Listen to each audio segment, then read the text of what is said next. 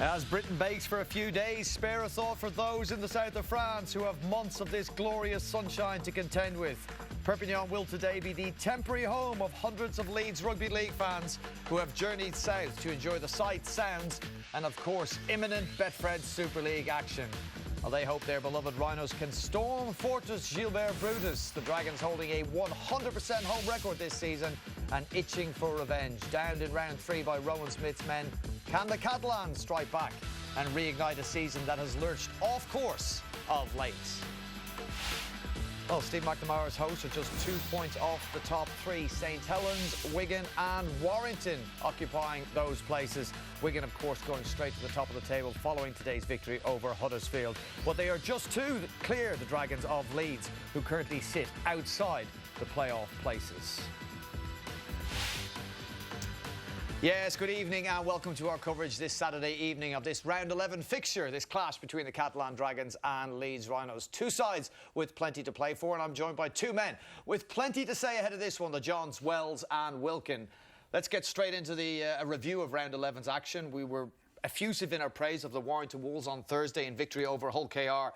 Today has started for Wigan with a bang. Let's get straight into that one. Wigan defeating Huddersfield in a game we watched and couldn't see a final result like this coming. Yeah, not when Liam Byrne was sin-binned in the opening minute off the kick-off.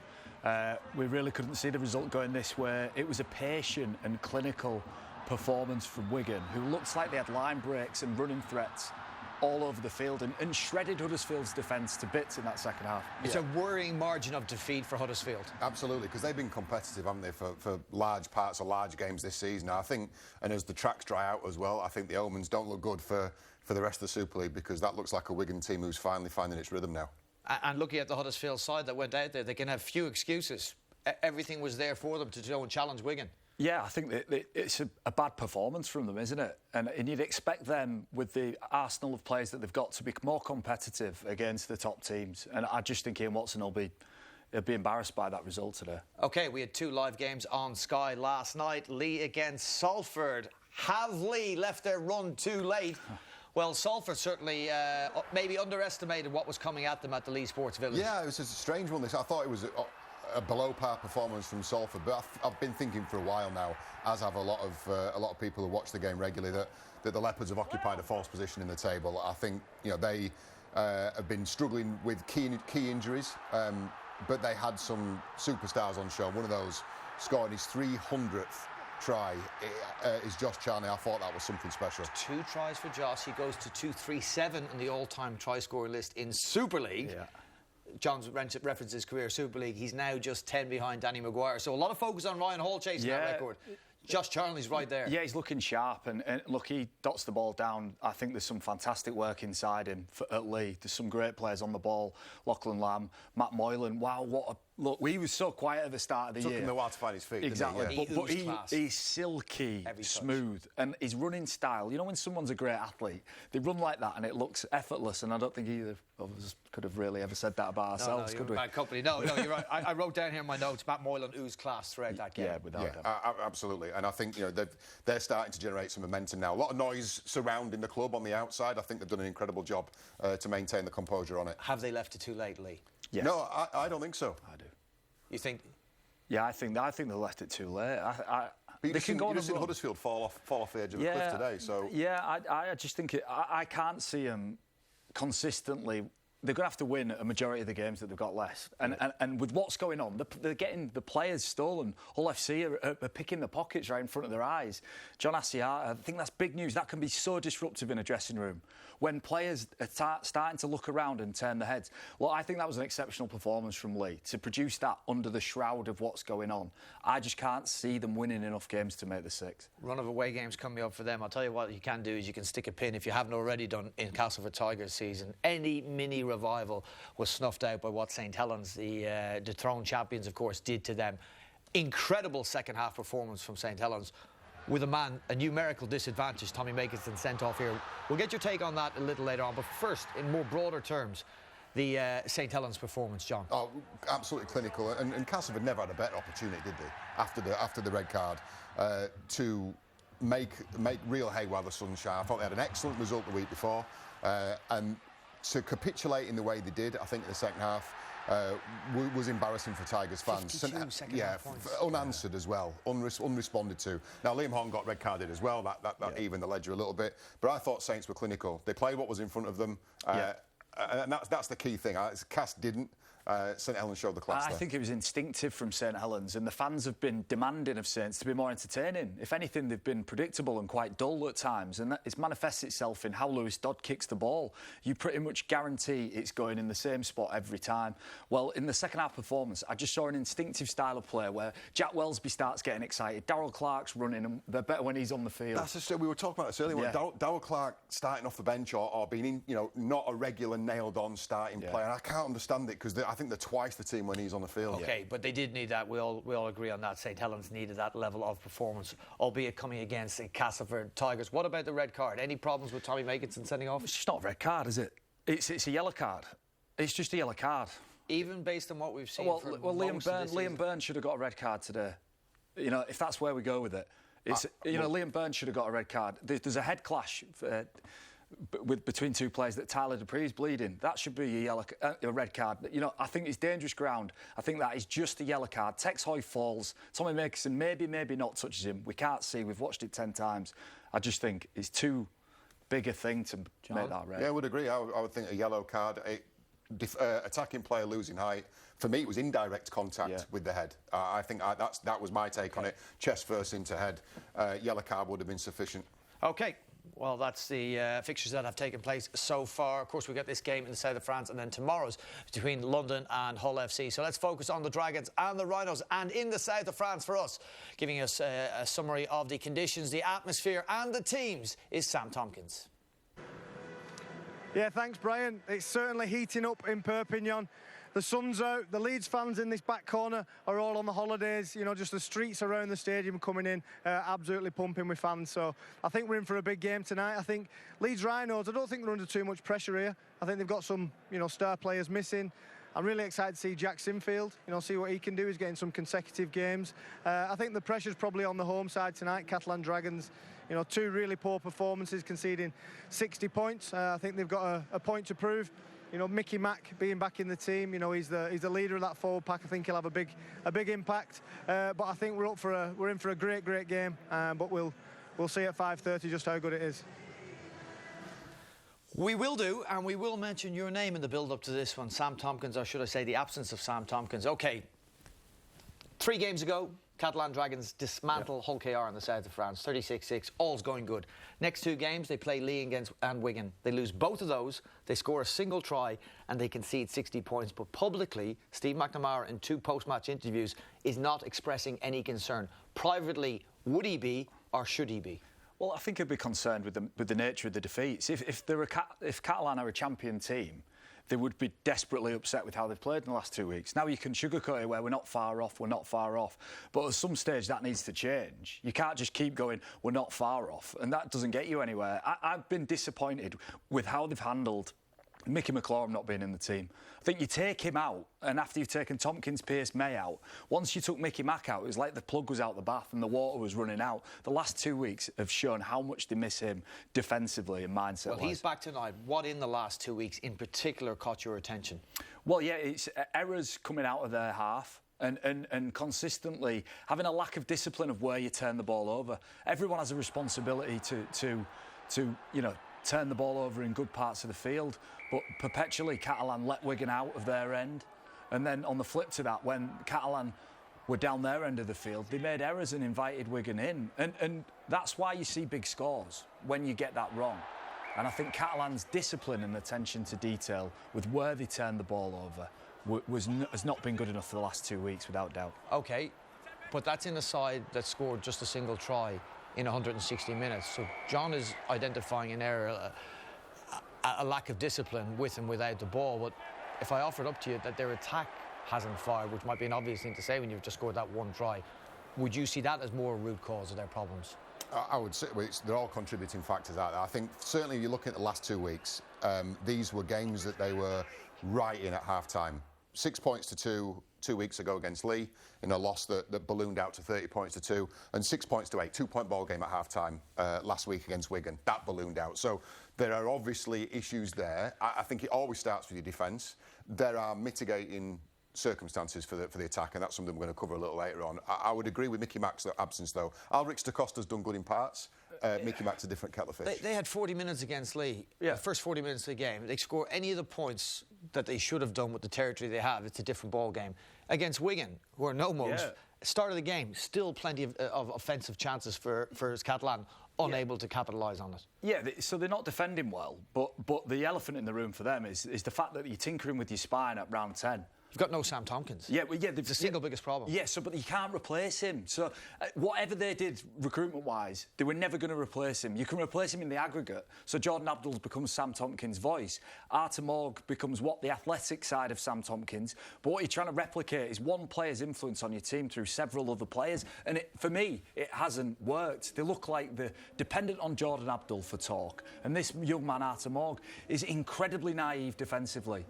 He's a great athlete, a fantastic young player, but when it comes to the nuances of playing full-back, defensively, he's got it wrong. The Harry Smith try at Wigan, just in the wrong spot completely. They're going to go again with Jayden Nikarima and Jordan Abdul in the halves. That wasn't the half-back partnership we thought they would have to start this season when Sam first retired and Mitchell Pearce left the club and Tyrone May left the club. Jordan Abdul, when we said it before, he's a very late arrival into the organisation. Now it seems he is the half-back they're trying to pin a return to Old Trafford on. It's a weird one. I always think with top teams benefit, don't they, from stability in key positions. That it has a lot to do with the rhythm and the flow of an attacking setup. I think that has been a huge problem for them, certainly on paper. If I was to tell you that tonight will be the 9th different spine combination in 11 games, and this is from a side not all because of injury and suspension. No, correct. That's it. Now, some of that is mitigated through injury and suspension, but not all of it. And you get to a point where this is a side that wants to be competing for silverware at the business end of the season, and they've had 9 different 1, 6, 7 and 9 combos in 11 games, and yet they still sit. With a win today, they could go top of the table. It's weird. But that's Steve McNamara's point. You know, when he's talking about it's no big dramas, because he feels like they're in a pretty good spot. Like, he's quite happy with where they are. But I'll tell you now, in 4 or 5 weeks' time, if they don't get some sort of momentum, if they don't address the discipline of where they turn the ball over, then it could be a very different picture for Catalan. Is this the half, the spine, with Morg, with Jayden Nikarima, with Jordan Abdul and Mickey McAlorum, who we will say is a first choice? Is that the spine to stick with? I think as things have developed and unfolded in front of Steve McNamara's eyes over the season, I would say what they've got today, they've got their best shot at winning silverware with. I think there's enough variation there between the players and the positions that they have now. Yeah, I think it probably is their best balance that they've got, the group that they've named today. I'll say this, like, Jordan Abdul needs to get match fit.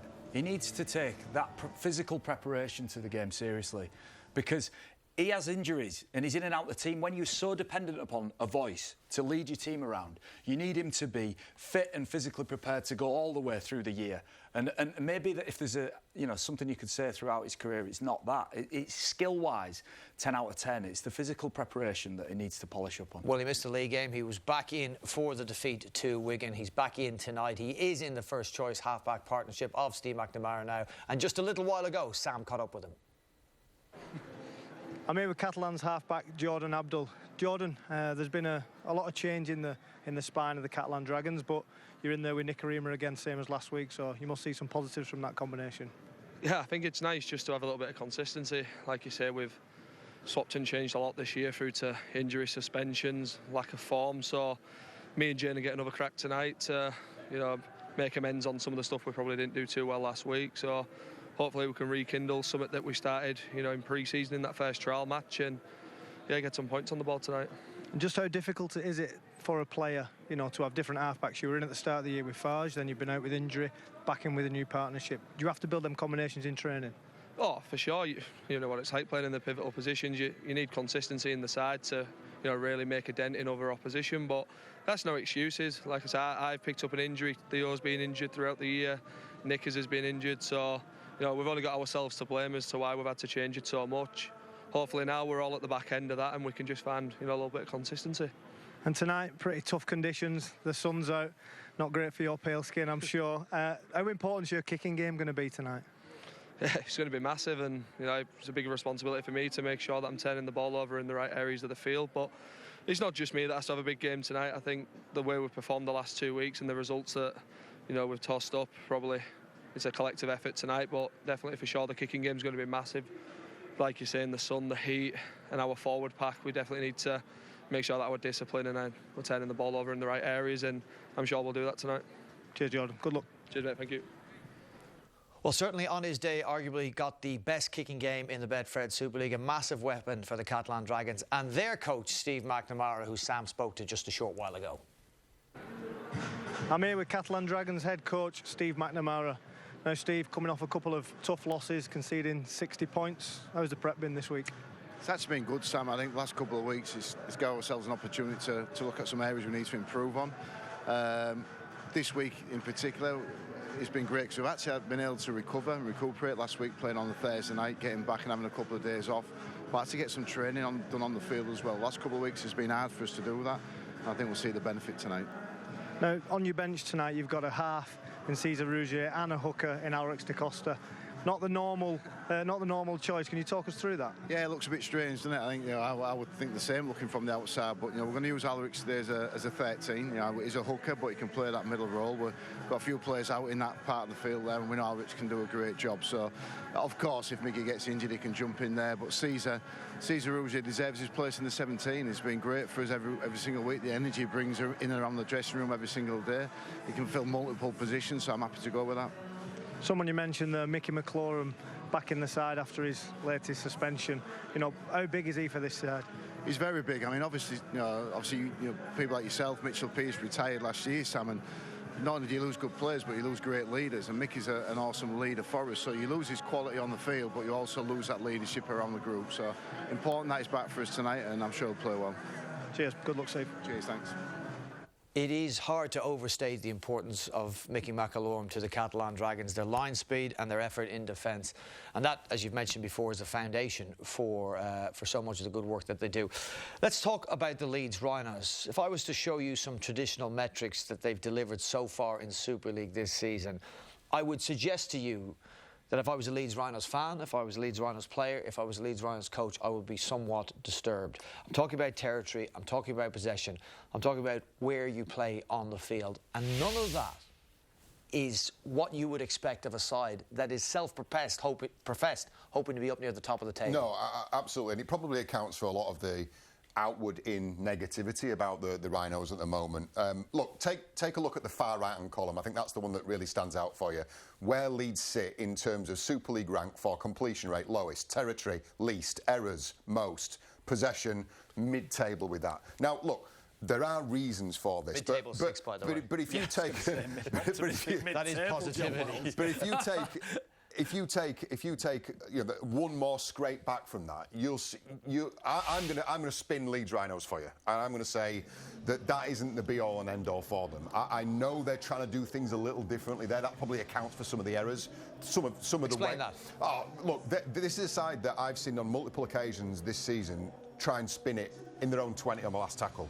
Sometimes it's come off. I'll give you round 3, winning try. Ash Hanley starts with a 5th tackle spread inside the 20. Sometimes it doesn't. That accounts for a lot of the errors.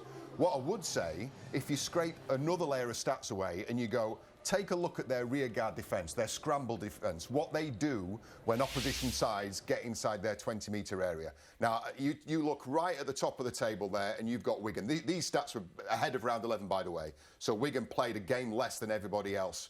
Leeds... 309 play the balls in their own 20. It's the middle column, really, that we're looking at. Tries conceded from play the balls once every 22 play the balls. Or over 2 full sets, you're going to have to knock on the Leeds door before you get in. I think that shows great resilience. OK, I'll put it to you another way. 309 play the balls in your own 20. Only 2 sides with a worse number than that. You're asking for trouble over a period of time to be defending on your line so often. I think the stats are alarming. I think that they're indicative of a side that's in 7th, 8th or 9th best in the comp. But what Sean's saying is they have an ability to defend. Yes, so what? They concede way too much territory. They get bogged down in their own half. That's why they're great at scoring tries out there. They need to score out their own half because they get bogged down way too often. The goal line defence is good because it's heavily practiced because they spend half the game defending there. Yeah. We'll look at the Catalan game at home. They defended the line like the lives depended on it. Brilliantly for the first 30 minutes. But you get busted if you do that too often. And for me, Leeds' attitude is way too passive defensively. I agree with John. Different mindset. When your back's on your goal line, they defend wholly different to how they do down the field. So what he's saying is take that round 3 fixture between the Catalan Dragons and Leeds, won by Leeds, brilliant rearguard action, brilliant defensive action, but you run that model enough times and it's not they're going to finish middle of the table. It's not a sustainable model. It's not something you game plan for an entire season. It's where they find themselves, I think, by choice. By choice, because of what options they are choosing to run in terms of their attacking setup and where they attack, what shows, what tells they give the opposition. It isn't sustainable. I would agree with you. What I would say, finally, is they have been competitive in every game this season. Even the blowout score against Warrington. It was an 8-point ball game until 65 minutes. So for those who are tuning into this thinking the Catalan Dragons are going to run roughshod over them, I would counter that's not necessarily going to be the case. You're absolutely right. They are knocking on the door of the top 6, but this is a side that is hoping to get back to Old Trafford. Rowan Smith brought them to Old Trafford in 2022, his first year in charge of the Rhinos. He hopes to get back there. Here he is with Sam. I'm here with the Leeds Rhinos head coach, Rowan Smith. Firstly, Rowan, how's the last 24 hours been preparation for the game in this heat? Yeah, it's been good actually. We don't get many trips away, so the boys have embraced that time together. Obviously, it's much warmer here than it has been at home, but yeah, it's a good experience and a tough one. And rugby league's tough, so you've got to be able to turn up on these type of days. You've a few key men missing, people like Harry Newman, Brodie Croft. Does it excite you that you get the chance to put these young kids in the place and see what they can do? Yeah, it is, and we're trying to build something here that can last. So getting the kids experience, the only way to get it is by getting out there. So the kids that we've got planned today are part of the future. So we're really excited by them. Good to see Jack Sinfield get a couple of back-to-back games. Alfie Edgell's done a good job jumping in, and some other young kids have done well. So we're looking forward to being tested here and testing the opposition as well. And how exactly are you going to test the opposition? Because we've seen the last 2 weeks they've leaked 60 points. What have you guys got to do to make sure you're taking the 2 league points back to Leeds? Well, we've got to battle hard. I think the scores and the outcomes of games can be not always reflective of the competitive nature of it, and Catalans sort of lead the way in that regard most often, I reckon. So we've got to come here and battle hard and try and play some footy and stretch them at times as well. Cheers. Good luck. Thanks, Sam. He has, as coach of the Leeds Rhinos, had a couple of remarkable victories in the south of France. He has 2 very big games coming up either side of the Challenge Cup semi-finals. Tonight against the Catalan Dragons and then St Helens. Then 4 what you would say are winnable games against Castleford, Hull FC, Lee and London. But this is a game, if they are to be challengers for the title, this is a game they have to lay a marker in. Yeah, well, they're 2 points shy of Catalan and Huddersfield are sniffing around a similar spot after losing today. So it's really important for them to win. They have to go to Catalan and get a result. And I'm not. I think people think I'm outwardly critical of Leeds for some sort of agenda. I'm purely observing what I see. They are not a playoff side, and they've not given me any evidence that they are a playoff team. They can get into the playoffs, but I would say 6th for them is a great result this year. Above that, and I believe they're probably overachieving with the squad that they've got. Now, you'll read the name. We do this. We get all nostalgic and we start reading team sheets out. Does the Leeds team sheet excite you? Does it really excite us? That's my question, because I look at it sometimes and I think when Newman's in there and Brodie Croft's in there, I get excited. But the team sheet today doesn't particularly excite me. Some would argue, even with Harry Newman and Brodie Croft in the side, they haven't yet hit the peaks they aspire to. We will see what awaits them in the south of France. We are minutes away from kicking off here in round 11 of the Betfred Super League. It's the Rhinos against the Dragons. They meet for the 2nd time this season. First one went the way of the Rhinos. The Dragons looking for revenge. At a fixture they are ground they haven't been beaten at.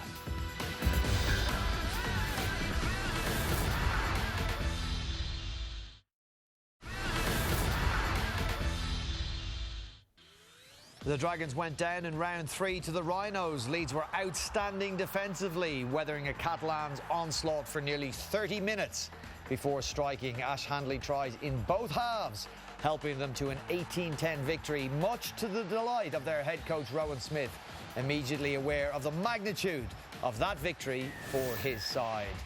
Well, looking to re-establish themselves amongst the competition's elite. Can they double up now and take further shine off what had, up until recently, been a bright start to the season for the Catalans? Well, they lost 30 points to 8 last week against Wigan. That came after a 30 points to 2 defeat against Lee. And those two games came after they beat Hull KR 36 points to 6. Steve McNamara has made some changes. Matt Ikevalu comes in after missing his first game of the season last week at the DW Stadium. Michael McAlorm is included. Huge addition for the Dragons in the front row alongside Romain Navarrete and Julien Bousquet. And on the bench, there's no Paul Seguier. So Frank Maria, who was 18th man last week, gets a place amongst Steve McNamara's interchanges. Leeds Rhinos' last outing was that 46-8 win over London, but they have been forced into changes. In that game, they lost Riley Lum early, replaced by Alfie Edgell, who retains his place on the wing. Of course, Ash Handley is there. No Harry Newman. He misses his third consecutive game for the Rhinos. Matt Frawley, dropped for that game against the Broncos, is recalled, replacing the injured Brodie Croft. And on the bench, Corey Johnson, who has played on loan at Bradford this year before returning to the Leeds club, makes his first Leeds appearance. Well, let's have a look at a snapshot of the Dragons and the Rhinos. We, of course, know the Leeds Rhinos' pedigree in Super League. 8 titles, none for the Catalan Dragons, but 2 grand final appearances. 2 men we'll have a close eye on is Jordan Abdul and Lockie Miller. Yeah, but Jordan Abdul's kicking game is the best in the business, and expect him to be testing Lockie Miller out throughout this game. Jordan, in his pre-match comments, has said as much, that his kicking game is hugely important to the Catalan Dragons, so expect to see it at its best in the sunshine in the south of France. Who is under more pressure to win this game? There's some discontent among the terraces at Leeds. We're yet to see how the Catalan fans respond to what they've seen from their side over the last 2 weeks, which has been disappointing. I feel like Leeds are under more pressure because I just think they carry expectation bigger than what the Catalan Dragons do. I think if Catalan don't address their form, then that'll grow, and certainly Steve McNamara will feel that pinch in the coming weeks. But right now, I think over the 2 or 3 years of context, 4 years, 5 years, Leeds are under more pressure, Brian. So maybe the Catalan Dragons could afford to lose this game, but the manner of the loss will be closely scrutinised. They will need to score points. Yeah, they need to click, and they need to really give these combinations the space to breathe, because they haven't had chance, and the spine of your team and the chemistry is hugely important, and they need to get that going. It's round 11 of the Betfred Super League. It comes from the sunny south of France. Let's head to our commentary team for this one. John Wells and Stuart Pike. Yes, thank you, Brian. Back-to-back defeats for the Catalan Dragons. 2 poor performances as well, and you feel they've got to get back to business in Perpignan today. For Leeds, a huge test, of course, as they look to win 3 on the spin for the first time in nearly 12 months. Tom Grant, the referee, gets us underway, and a big 80 minutes at the Stade Gilbert Brutus. Temperatures around 77, 78 degrees. And I'm sure they will take its toll a little later on. First drive from Tariq Sims, but look at that defence from Leeds early on. A statement of intent. Absolutely, and followed up with another great shot. Great line speed to start the game. This is how you set a precedent for what you're going to do for the remaining 79 minutes of this match. And look, let's make no bones about it. The Catalan Dragons have a monster pack. They're missing 1 or 2, yes, but this is a side that can roll the team down the field. 5, move, get back left, hold, go 5. Early stage is important. The return of Michael McAlorm, very important. Abdul with the first kick downfield, the first test for young Alfie Edgell. Does well, takes it well, and Ron Smith speaking to him in the week. No hesitation whatsoever in throwing the kids into this starting lineup, into his 17. They've got to learn sometime, and what better than probably one of the toughest places to go in Super League and win. Jared O'Connor starting for a second consecutive week, preferred to Andy Atkins, left on the bench. And here is Alensky. Good start this from Leeds.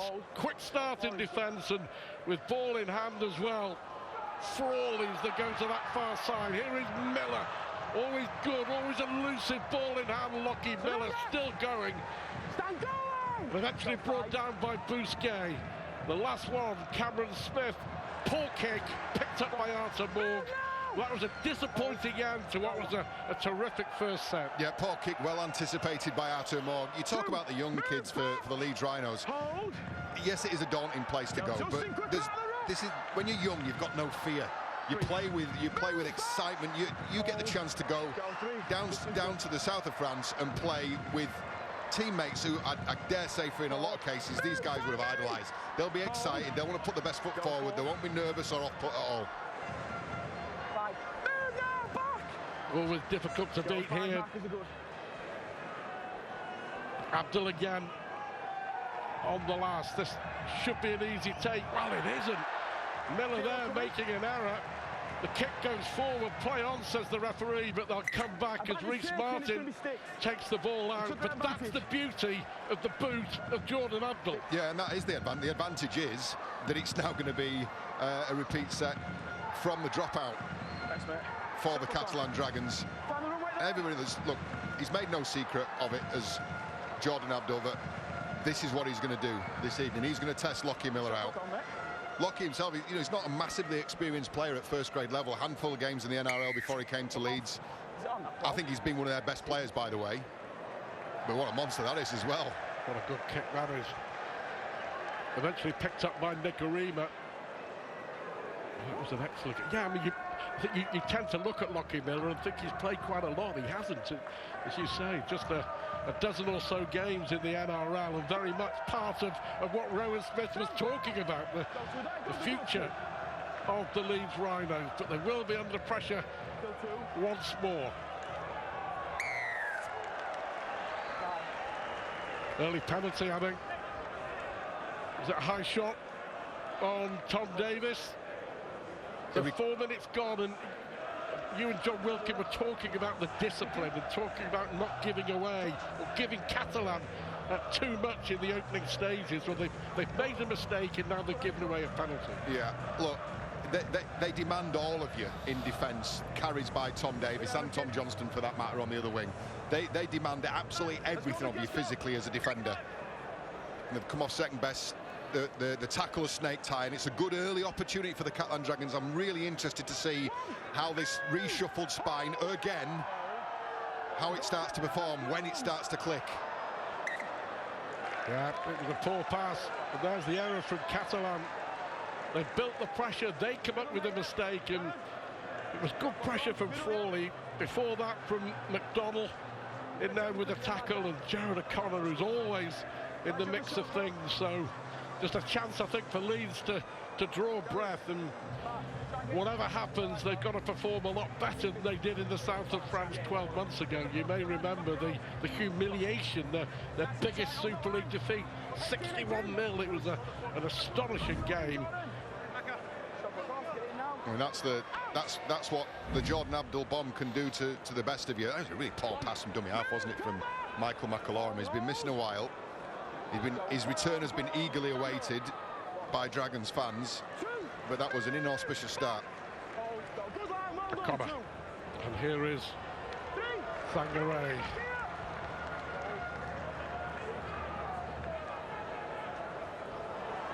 Frawley there with a little dummy and a sidestep, looking to try and make some inroads into that Catalan defence. But this is a decent start. Mikel Goudemont, who was talking before to all his former teammates, former Catalan star. They're in Jack Sinfield. That's a good kick. Pressure was on, but it's a terrific take from Ikevalu. Yeah, tidy from Ikevalu. I think when you kick to a corner like that and your wingers go in to challenge for the ball, you need someone in behind. I mean, Ikevalu was pinched 10 metres there with very little effort. And Leeds again, another conceded penalty, 2 sets in a row. Yep. Sangaré and the captain Cameron Smith can't afford to do that. But just going back to Jack Sinfield, John, and it's a good kick and looks like he's going to be given a run in the team. The injury to Brodie Croft meant that, of course, Matt Frawley had to be recalled, but Smith has made it quite clear that he wants to play Sinfield and Croft at the minute if he can. Always good for the hard yards, Navarrete. Here is McLaurin. Artem Morg and Abdul looking for a little bit of space.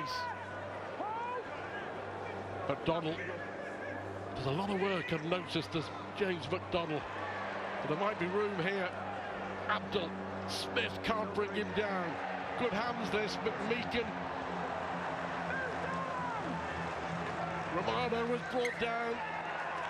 Looking for another penalty. No, it's a knock-on. It's a mistake by Artur Romano. We played 7 minutes, and the error count is probably 7 from both sides so far. Yeah, it's just he's too eager to get to his feet. Louis Roberts is, you know, there's a little bit going on in there, but yeah, Artur Romano needs to retain possession. Interested to see, having a look at that attacking setup. I'm trying to scrutinise what the roles that they're taking there. Artur Morg doubled up on a play, went from first receiver to give Nikarima a run out wide. Nikarima, of course, we know he's got fire in those boots. He's electrically quick as well. Out! Mikel, get your head in that scrum. Oh, they're making fewer errors. Of course, it'll get more difficult as the game goes on. Still very warm in the south of France. Here is Zelensky, a corner at dummy half. Great line speed in the first instance, but then have compounded. Busquets, the guilty man. Yeah, I thought what they did for the first 10 seconds of that play was brilliant. In the last 2 or 3 seconds, not so much.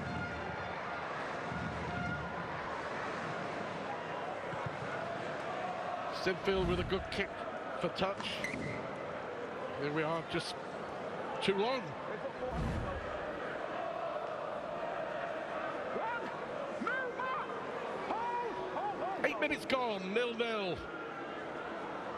Sinfield and Sangare. release him.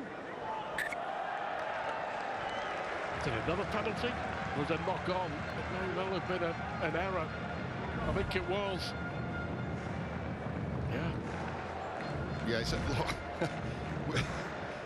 there was hands in there at that time, and there was a rip at that ball. The ball came out after the initial rip, and Sangare probably right to feel aggrieved at that.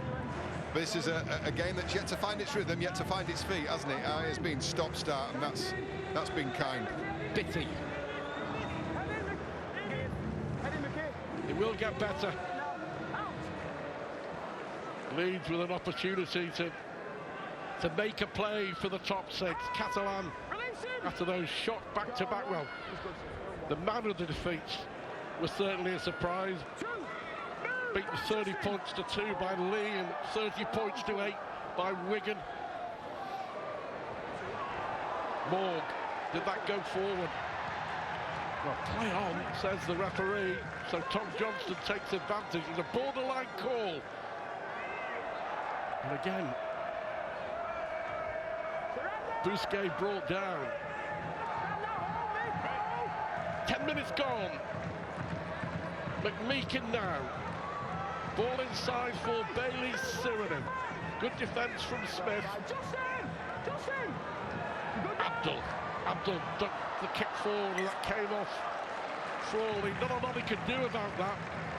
The ball bounced awkwardly. But another chance here for Catalan. Yeah, ball drilled into the ground by Jordan Abdul. Matt Frawley, as you said, very little he could do with that. You know, it's almost a reactionary thing. Ball comes up, just clips him in the jaw.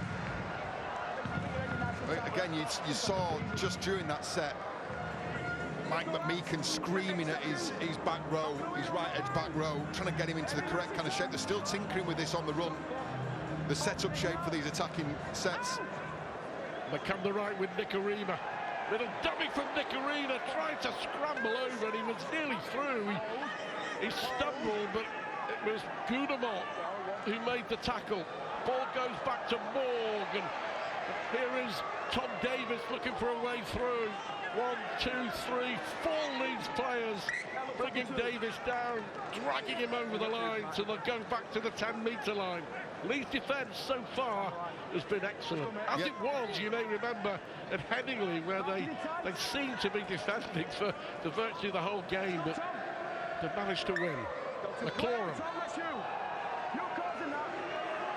Nikarima and McMeekin. Sangare with the tackle. Zelensky as well. Well, the mistake again, and this time it's Navarrete. Well, this is ridiculous, the amount of mistakes. Well, I'll tell you that it needs a senior player here now, and for the Catalan Dragons, it'll be Michael McAlorum who'll be standing up and urging his side just to calm down. For the Leeds Rhinos, you know, you would imagine, you know, someone like a Jared O'Connor or Reece Martin there would be getting into the ears of the other players and saying, look, you know, the first team to get to a couple of sets here has got a very good chance of laying some decent groundwork to winning this game. It has been a real stop-start beginning to this game.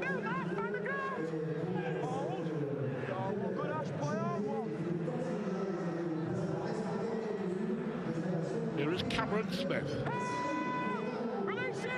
140th game for the Leeds Rhinos, for their captain. Litsky with another good run.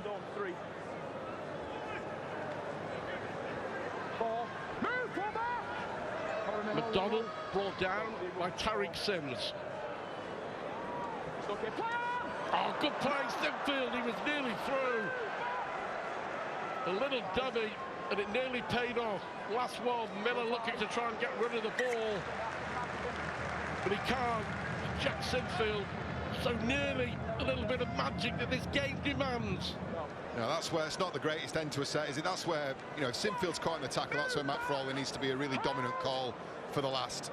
They obviously got a game plan, haven't they? Ends of sets, just to stick it in this bottom left-hand corner, put Tom Davies under some pressure. That's an easy out for the Catalan Dragons, this.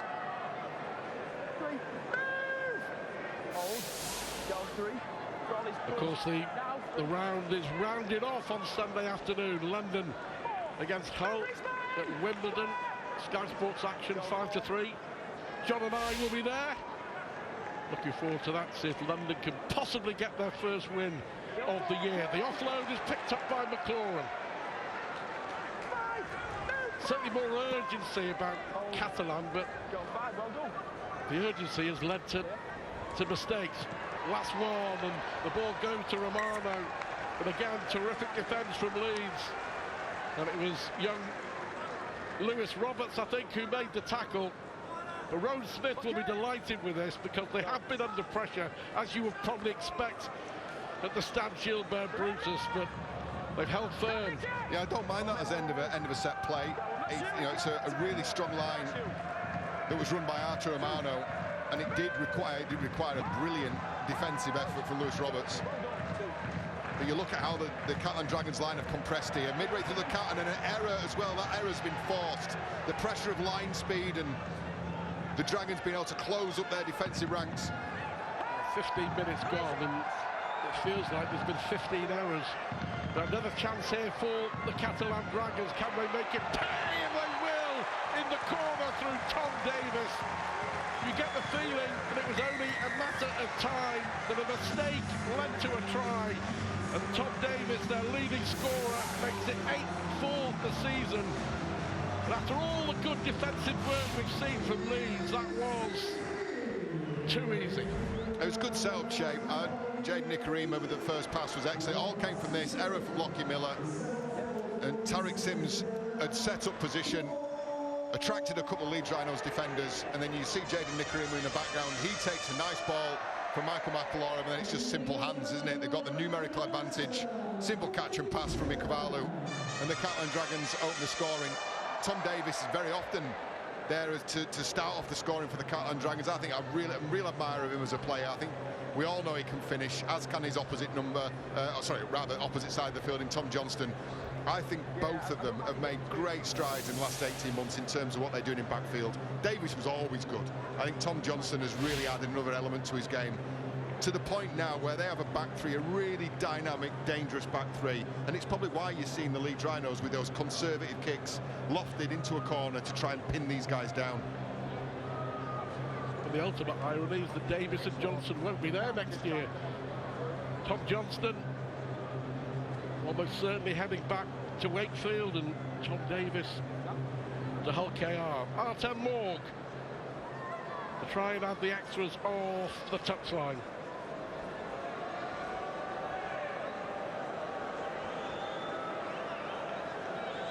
He's been pretty good with the boot this year. That looks decent. What a good kick, Arthur Moore off the touchline. He knew from the moment that it left his boot that was going over. 4 turns to 6 and 17 minutes on the clock. Tom Davis with the opener. Yeah, just simple passing, wasn't it? They had the numbers, they had the numerical advantage. Leeds Rhinos not able to organise that defensive line in time. And then it is Nikarima to Ikuvalu, to Morg to Ikuvalu, simple hands. Davis with the opening score. And you said, you know, first team to settle, first team to stick an attack in shape. Well, the mistakes are piling up. Lockie Miller there with the kick-off. And I think it's still flying the ball. That is a poor mistake from the Leeds fullback. Gifting Catalan the ball back as they look to go back-to-back and pile the pressure on Leeds after... I mean, they made a good start, didn't they? Defensively, and they had a couple of opportunities with ball in hand, but they've just been on the back foot for the last 10 minutes or so. You feel that a second try is coming. Let's see.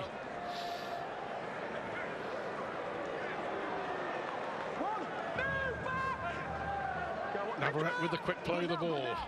Here is Abdul. Julien Bousquet. Offside. We can hear Tom Grant. He picked out James McDonald. Offside.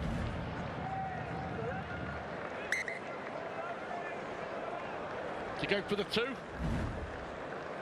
Yeah, I think you do. I mean, this is a gimme, and the field position's a gimme. They've not had to work for it. I think,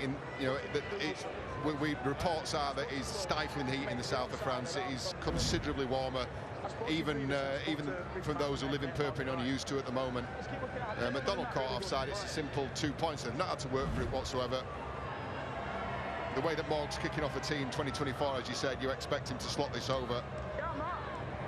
Well, drop ball led to a try.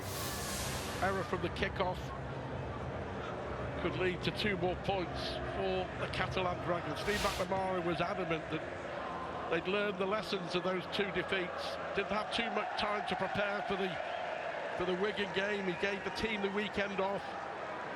Trained well this week, and he expected big things from his side. And Artem Moore punishes another Leeds mistake, approaching the halfway point in the first half. The Catalan now lead 8-0. Yeah, those 2, they've been on the road for a couple of weeks, haven't they? They played against the Wigan Warriors last week, who now sit at the top of the Super League table. Lee Leopards the week before. I think they occupy a 4th position in the league.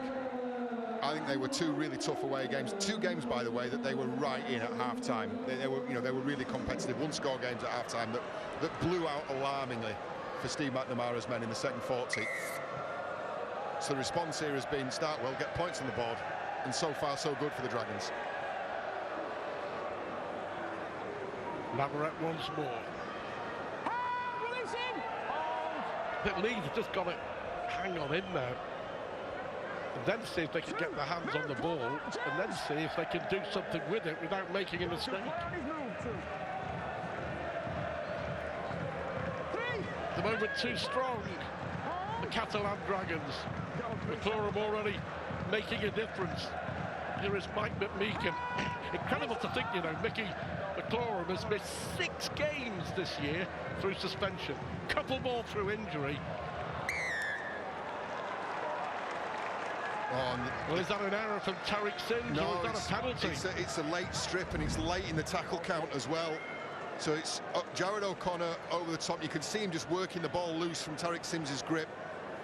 And that one's a clear penalty, and late in the tackle count as well. That's a real act of self-sabotage by the Leeds Rhinos. He was taught that trick by his father, but his father didn't get caught. And Terry, our colleague, of course, is over there watching his son. I'm sure he'll be disappointed with the way that things are going for Leeds at the moment. Penalty, drop ball, mistake. Repeat. Catalan score. Is it going to be the case once more? Just a little concern for Nikarima. He's got up a little gingerly. He's holding a leg. Look like a lowering issue. Here he is again, though. Did that come off a Leeds hand? Well, that should be a set restart. I think so. I think we heard that back to one, did we? Abdul. Here is Artem Morg. Frawley reading the situation with McDonald. Abdul wants more. Abdul's got support and Morg drops the ball. I think he was looking ahead of him. He saw two Leeds players and he just took his eye off the ball. Leeds survive. Oh, it's so crucial that you've got to pouch these, because the speed and the evasive footwork that Artur Morg and Jaden Nikorima have would scare any defence to death.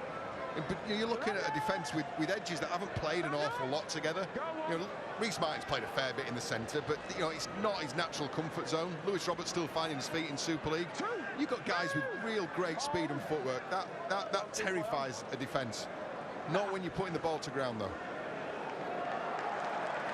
Heavy tackle on Reece Martin.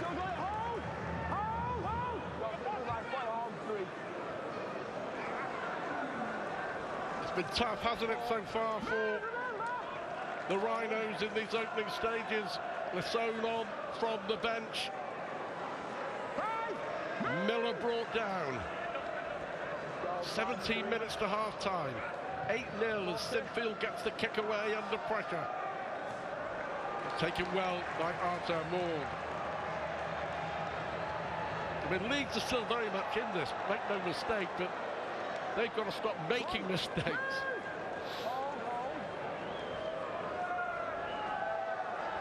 Abdul it is, and now Romano. McLaurin, busy as always, an acting halfback, captain in the absence of Ben Garcia, who's missing because of concussion protocols. Theo Farge is out with a rib injury. Here is Morg. Good read. Good defensive read. Roberts. Yep. Locked for the first time. Abdul on the last. Digs the kick over. Taken by Miller. Just 2 or 3 yards away from his own try line. Leeds just at the moment unable to build any field position. Yeah, they just put a couple of... There's no need to panic, though, by the way, from a Leeds Rhinos point of view. They just got to put a couple of sets together. Right there. Go to Tally, keep your knees out. You've got Handling now trying to bring a little bit of energy into the yardage set for the Leeds Rhinos. First or second time we've seen nothing, have we, from Ash Hanley. Looking for work in the middle. Here is Lasone, charges into Bousquet.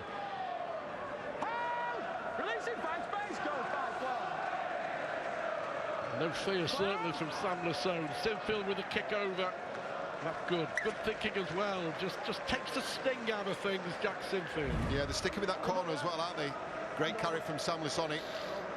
They're trying to generate, you can see what the Rhinos are trying to do. They're trying to generate ruck momentum.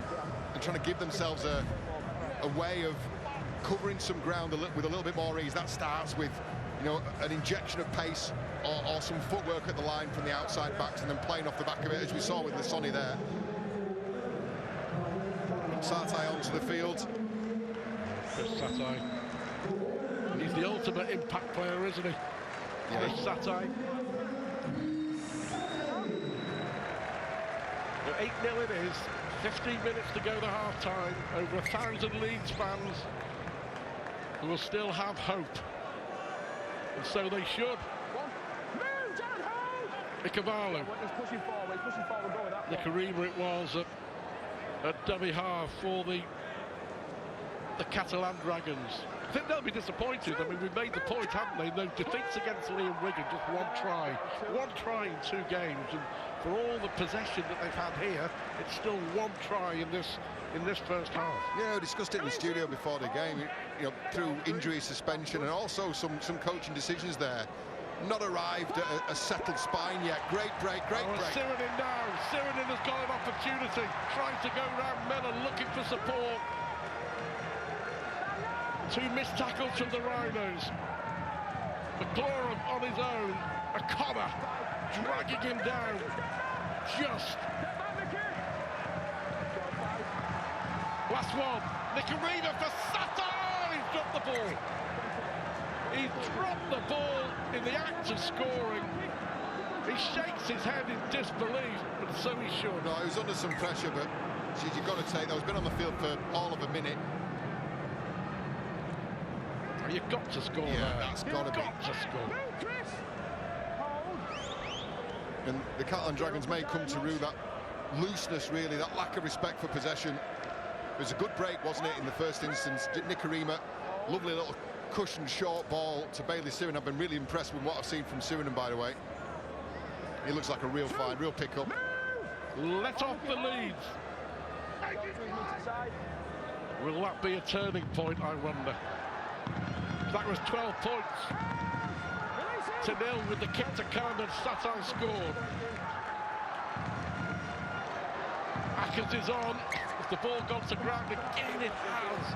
Well, this is just astonishing. Every time Leeds get themselves in a decent position, they make a mistake.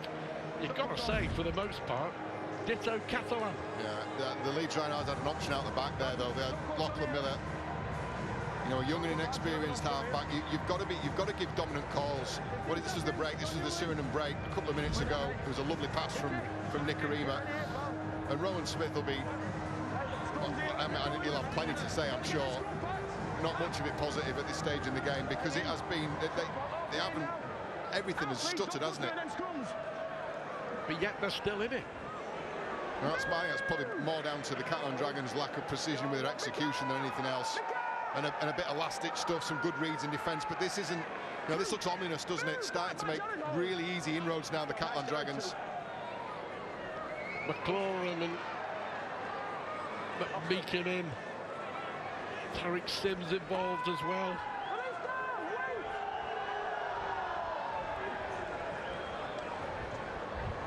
Here is Satai. What a mistake that was.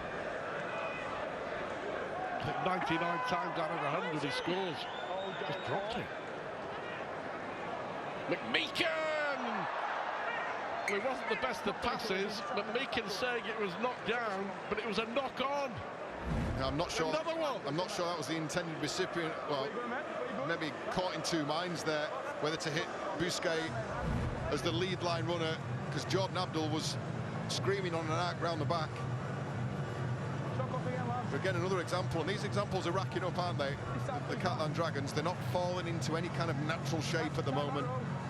Doesn't seem to be a dominant voice. We all know who that dominant voice should be. We think that now, and Steve McNamara is going to persist with Abdul and Nicarima as a pairing. It should be Jordan Abdul here who's calling the shots. Out! Don't hold for that mark, Tariq. Wait for the hooker. Roberts. Move now! Hold! Hold! Go, well timed, Chris. One.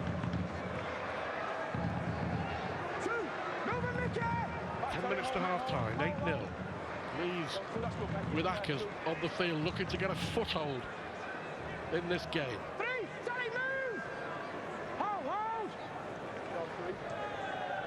Hold! Arguably their best performance of the season. Move back! Back in round 3 when they beat the Dragons at Headingley. Frawley. Here is Martin looking for some space on halfway. Manages the offload.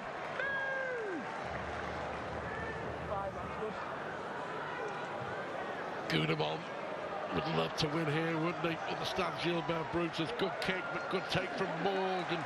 They gamble and Johnston races away. Hadley gets in with the tackle. Jared O'Connor. That's brilliant work from Morg. The little shimmy on the catch got rid of the kick chase. Oh dear, and as I say that, I've cursed him, I've jinxed him. An error from dummy half. Morg has stepped out, so he's become a viable tackle option. As soon as he jumps out of that pocket, the marker can grab him. Oh, so to go from the sublime to the ridiculous, I thought that the kick take, the kick reception, the shimmy on the catch, the out ball there to Tom Johnston, there's no better sight in open field than him. But it's the minute he takes a step out of the pocket there, he's fair game.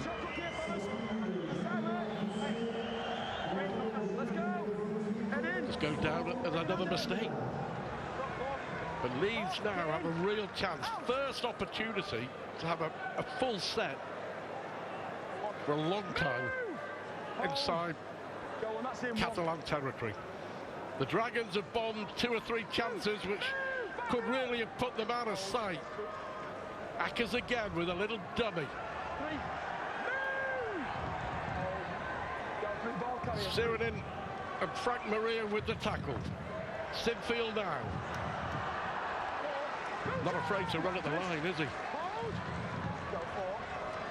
Robertson, Frawley. O'Connor finds Smith. And that's a little flat-footed, isn't it? Yeah. From the Rhinos. The last one, what can they do here? Frawley and Sinfield with a kick through. It's a good kick. It's taken by Davis, and they're going to force a goal line dropout. Look at the celebrations. It's going to be back-to-back sets for Leeds for the first time in this game, attacking the Catalan line. 8-0 the Dragons lead, 8 minutes to half-time. Yeah, it's a lovely kick from Sinfield. The best end to a set yet. And it rescued the set, really, because it looked like a set of possession that was going nowhere. Once Sinfield had snaked down that right-hand edge, got caught in possession, and the next 2 plays, the Rhinos didn't really have a kind of plan for that. All looked a little laboured, a little flat-footed. Abdul going for the short one. And another mistake this time from... I just don't get that. I really don't. That's a poor choice from Jordan Abt. A really poor choice, because Leeds had a penalty in front of the post. Surely in this situation and in this heat, you go for distance. Well, it's just, you know, a lot of teams are doing it now. They see that as a, you know, as they'll back themselves to defend this set now. That kick's executed better. We're having a different conversation. Here we go, Leeds switch play. Well, we'll see how they're going to be made to pay. Goudemont. 99 games for the Catalan Dragons. Mikel Goudemont. Right from dummy half goes Andy Ackers. The closest that Leeds have been in this game. They've been under so much pressure. Martin and Sinfield. Across the line they go. Here is Missoni, and he's brought down. Such strength. Big Sam. Big moment now. Ackers. Ball goes out to the far side for Roberts. The error from Lewis Roberts. Leeds had the chance. And they blow it. Yeah, just not calm, not settled, everything rushed. They look short of time, and that's often a real tell. If an attacking side looks short of time, looks harried, looks rushed. Pushing it. Pushing the play. 6 minutes to half-time. 8-0. Satai. Offload for McLaurin.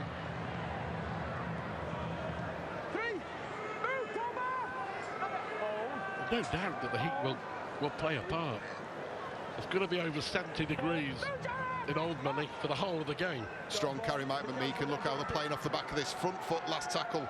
Nicarima it was towards the line. Miller goes back and under pressure. Good chase. Great. It was a great kick, and it was a good kick because of that carry from McMeekan. Strong tackle. Maria. On Ash Handley. Hadn't seen much of the ball, Ash Handley. Frank Maria, only his 5th ever appearance for Catalan, all of them off the bench, but McNamara likes the look of him. Likes his aggression, and we saw it there. Ackers looking to get involved.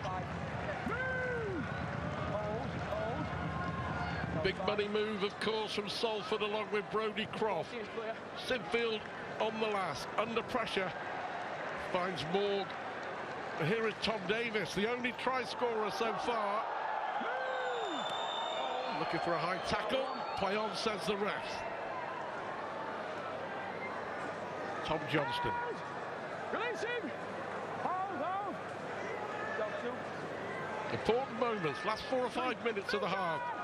Catalan can get another one here. That's you, play on 3. Nearly through, wasn't he? Lines back, lines back. Nicarima and Artur Morg.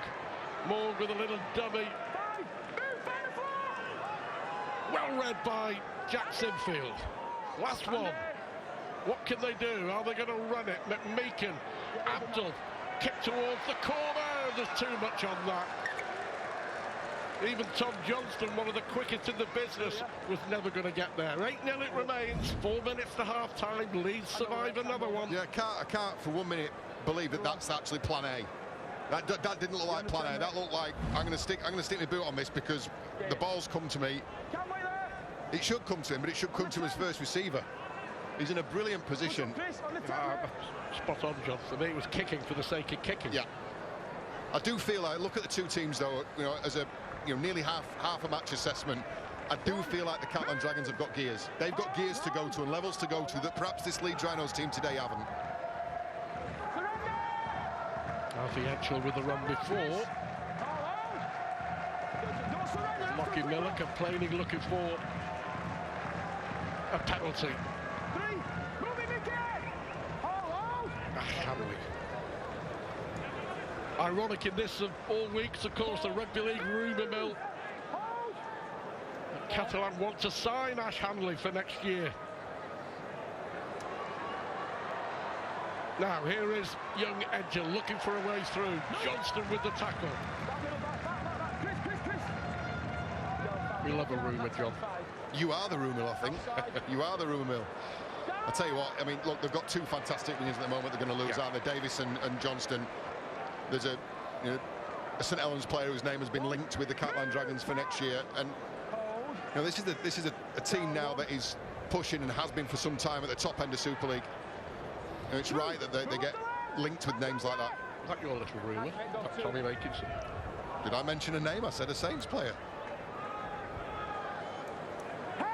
You love a bit of gossip, John Rolls. Don't we all? 2 minutes to half-time. 8-0. Do you know what? If it stays 8-0, I reckon Rowan Smith will be... Yeah, delighted's not the word. Yeah. Absolutely on the frame. Who dropped the ball over the line in the act of scoring. Abdul now. Oh, it wasn't the best of passes. Edgell creating the pressure. And Romano with another mistake. Now they're trying though, aren't they? So it's a short side, last tackle option. He sees a passive defence in front of him, does Jordan Abdul. That's probably why he's opted to pass. This is the Sartai break from a couple of plays earlier. It is destructive best. But as a ball player there, Abdul's seen a passive Leeds defence. He hasn't seen a wing and a centre start to edge up. He decided the pass play was going to be or reap potential benefits over a kick. Neither's come out. Here Leeds shifting, own 20. We've seen this before. Here is Hanley, yeah. One of the best in the business at scoring from distance. At 8-0, Steve McNamara disappointed that it's not more. Rowan Smith delighted that they're still in it. And they're looking here to make some progress as Roberts finds Edgell on the far side. Under pressure, the young man is going to be dragged into touch. Good defence from Catalan. It was very good defence from the Catalan Dragons. I thought Tom Johnston did a great job there, not getting committed. Lewis Roberts tried his best, didn't he, to get Johnston to commit. He refused to do so. And then when he ran out of room, Roberts passed on to Edgell, and Edgell was just manhandled into touch. Smart defence that. Comes from having a lot of games on your belt, being experienced, making mistakes in the past. I think Johnston's done incredibly well there. Yeah, I think the players are quite happy that that is that for the first half. It has been in and out a bit, hasn't it? But Catalan have the only try, and they lead at half-time. Catalan 8, Leeds 0. Yes, Stuart, thank you very much. Just a narrow 8-0 lead for the Catalan Dragons at half-time over the Leeds Rhinos in the sunshine in the south of France. That no doubt taking its toll on the players. The game wasn't of the highest quality, but what I can promise you after the break is some strident views from our pundits here in studio on what they have just seen from both the Catalan Dragons and the Leeds Rhinos. A Tom Davies try and an Artur Moore penalty separating the sides at the moment, but plenty to do for both of these sides to get their seasons back on track. More from us after this break.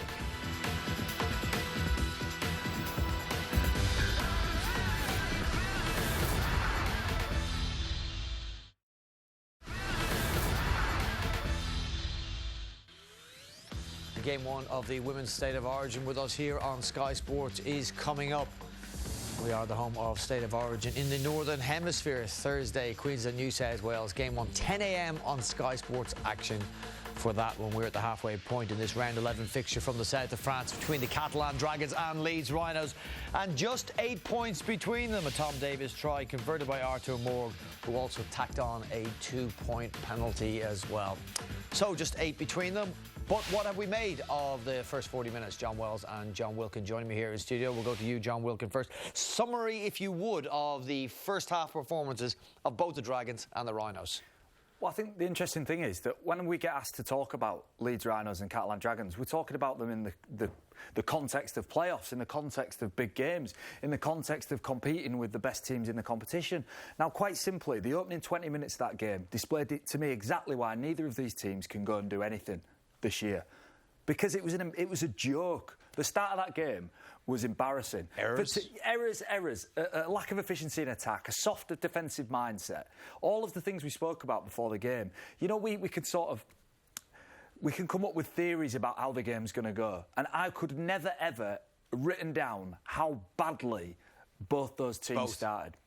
Fair assessment? Yeah, I just feel like we've sold everybody a lemon, right? We were talking this up as potentially a decent game. I think it's been anything but. I do think, if I'm looking at an assessment of both sides at half-time, Leeds have been poor. There's no getting away from that. I think the Catalan Dragons have got gears. I think they've got levels that they can go to, even in the next 40 minutes, that the Leeds Rhinos don't. And that's the one difference I would have between the two teams. We'll pick up again on that point. Catalan Dragons, gears to go through. Let's look at the start of the game. Error-strewn start of the game. Most of those errors being made, though, by the Leeds Rhinos. Yeah, and you just felt like Leeds started the game with an error from Lockie Miller. And what that did was just gift Catalan some field position. And what we were expecting was maybe Catalan to come up with something. But simply, they couldn't. They conceded penalties again coming out of their half. And also, made errors which just let Leeds off. And as I said, Leeds were just there for the taking. And just spent way too much time defending the line, as we'd say. Tied that in with the point you were making pre-game. An ability to defend their line they've shown this year, but they're asking teams, they're inviting teams down that part of the field far too frequently. Yeah, absolutely. I think they didn't get out the change rooms for the first 10 or 15 minutes of the half. Showed a real lack of discipline in attack. I think this is the Davies try, and this was just when it came to it was just a really, really simple catch and pass. Yeah, and it's disjointed defence because Ash Handler's in the middle of the field. You've got Reece Martin on the wing. So we talk about how well they can defend the line. Well, they didn't show it there, and they buckled after considerable pressure. That converted by Artur Morg. He then kicked a 2-point penalty. You said you wouldn't do it. Why? Yeah, I don't think that 8 points is going to be enough. I think they can be more ambitious and push for a further score in a fantastic position where they could have had with Chris Sate. And this was where Catalan were at. Their execution's just not where it needs to be right at the minute. Just on that penalty, though, you made the point in comms. You had an opposite view. I had the opposite opinion, and probably I think players have a great feeling, don't they, when they're out? And I think the Catalan Dragons players probably feel what we're seeing, and that things haven't really stuck, haven't really come off with them. So if they get given gifts like that, then you take them. They didn't have to work for that. That was another Lachlan Miller mistake off the kick-off, wasn't it, following that try? OK, we'll shoot back to pre-season. You've signed Lachlan Miller as a new fullback. You've got Matt Frawley as a new halfback. How excited are you? Brody Croft, man of steel, as a halfback, and you've got Andy Ackers signed as a hooker. So there's your four. You dropped Matt Frawley last week. You've dropped Andy Ackers to the bench last week. Brody Croft, albeit, is injured, and Lockie Miller has produced probably his worst performance in the Leeds Rhinos jersey in that first 40 minutes. Yeah, bless him. Like he'll want to forget that half of rugby, because I don't think I've seen a half of rugby where every single contribution made was an error, and I'm not exaggerating. He at big moments in the game kicks the ball dead straight off the kick-off, dropped the ball 3 times, got tackled on the last play, which was just 40 metres out, just find a kick. So if anything, he's a symptom of Leeds. The new signings, it's not all on them. There's a bigger story here at Leeds, is that through the middle of the field they're soft. They don't compete at all defensively. They've got nobody who's got a bit of dog in them who's going to go and hit somebody. Mickey McLaurin does that for a living. Where's Leeds' junkyard dog? What, Jared O'Connor maybe, but I don't see any spirit in them. Yeah, just on Lachlan Miller. It's a weird one, because I think he's been their best player so far this season. I was looking forward... in the season? Today. I was so much looking forward to seeing him on a fast track in the sun. Yeah. No, that's his game. Yeah, it is. Where is it? Where's it gone? Well, you just had a bad half on it. Yeah, absolutely. Second 40 for Lachlan Miller to redeem himself. Wonder what Sam Tompkins made of that half. He's there for us in the south of France. Here's his summary. Sam. Yeah, we've seen a pretty brutal 40 minutes, to be honest. That's what I've realised. Being pitch side, the battle in the middle between Mikolaj Aledski, Julian Busquet, that was brilliant. Frank Maria, the young prop that came off the bench for the Catalan Dragons, the hit that he got on Ash Hanley here echoed right around the stadium. It was brilliant, but I think Catalans have been pretty dominant position-wise. They spent a lot of time in this half of the field, but we've seen later in the half that Leeds can be really threatening, certainly around midfield and into good ball. So, you know, only 8 points in it. I think the second half's going to be massive. Yes, thanks, Sam. And I just wonder how important the first score of the second half will be. The second half is on the way from the south of France. Shortly, break here. And when we come back, can the Leeds Rhinos rescue this round 11 fixture from the Betfred Super League? Just 8 between them. But the Catalan Dragons' John Wells has suggested have more gears to go. Is that the case? We shall see after this.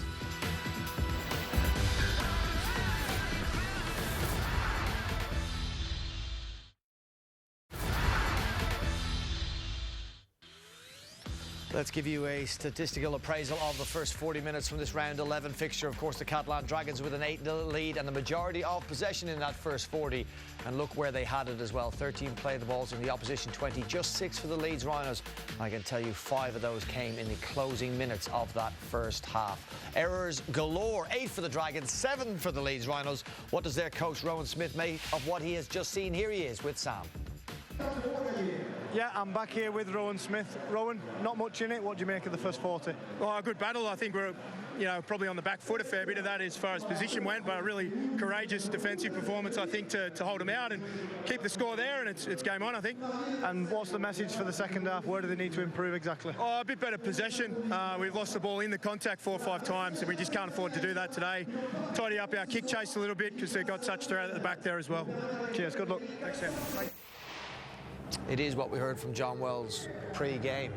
Under pressure, but confident they can defend their line. The opposite argument would be you'll get bitten by the Dragons. Yeah, I think so. I think there's an inevitability that you feel Catalan may click and it may get going. But for Rowan Smith, look, he'll be delighted that he's only 8 points down. Under the weight of that pressure and field position, you have to respect Leeds Rhinos' ability to defend the line. But it's a dangerous game, such a dangerous game against a team like Catalan Dragons. They hung in round 3, absorbed everything the Dragons threw at them and then hit them back. Won that match. They're going for a double over Steve McNamara's Dragons. Can they get it? Let's get back to our commentary team for the second half from the south of France. There for us is John Wells and Stuart Pike. Yeah, thanks, Brian. The only way is up for the Leeds Rhinos. Worth mentioning, Fussatua, Newman, Momorowski, Holroyd, Croft, Bentley, Gavin, Lum, Donaldson. That's their injury list. They are playing with the hand that they've been dealt, and Rowan Smith quite happy with that as Abdul gets us underway. I think one thing's for absolute certain. If Leeds are going to stand any chance in this game, they've got to cut down the errors. I'll tell you what, and start with, as you mean to go on as well, great carry from Sam Lasoni off the back fence. McDonald brought down Ackers at dummy half. Got to make a strong start. Here is a comma. Interesting, Rowan Smith has made a habit this year of playing both Ackers and O'Connor at the same time. I think needs must in this situation. Over halfway, couple of tackles left in the set. McDonald again eager for the ball. Here is Smith, the captain, runs into Chris Satai. Ball will go left to Sinfield. Martin with a little kick through behind the defence, but Morgan read it well. But encouraging at least for Leeds with that first set. Yeah, really solid opening for the Leeds Rhinos. You know, it started with Sam Lasoni's carry from the kick-off. I thought that really set the tone, put his teammates on notice. Right, this is the standard we expect now. Good run from Cavallo. Very underrated player. Of course, scored the winning try for the Dragons when they beat St Helens in the south of France. Worth mentioning that 100% record at home in Super League, beaten Warrington, Hull, Castleford, Saints and Hull KR. They had that wobble, or a big wobble, when they were thrashed by Huddersfield in the Challenge Cup, but always notoriously difficult to go there and win. On the last, Abdul and Sims, and Romano again caught in possession, nowhere to go. And I would imagine Steve McNamara would be really annoyed at that. Again, a poor choice on the last. Yeah, just Jordan Abdul's, he's been spooked by, I mean, it wasn't a really committed piece of kick pressure from the Leeds Rhinos, but enough to make him find a pass option. But you don't want the ball in Tariq Sims's hands, do you, on the last tackle? Miller for Sinfield.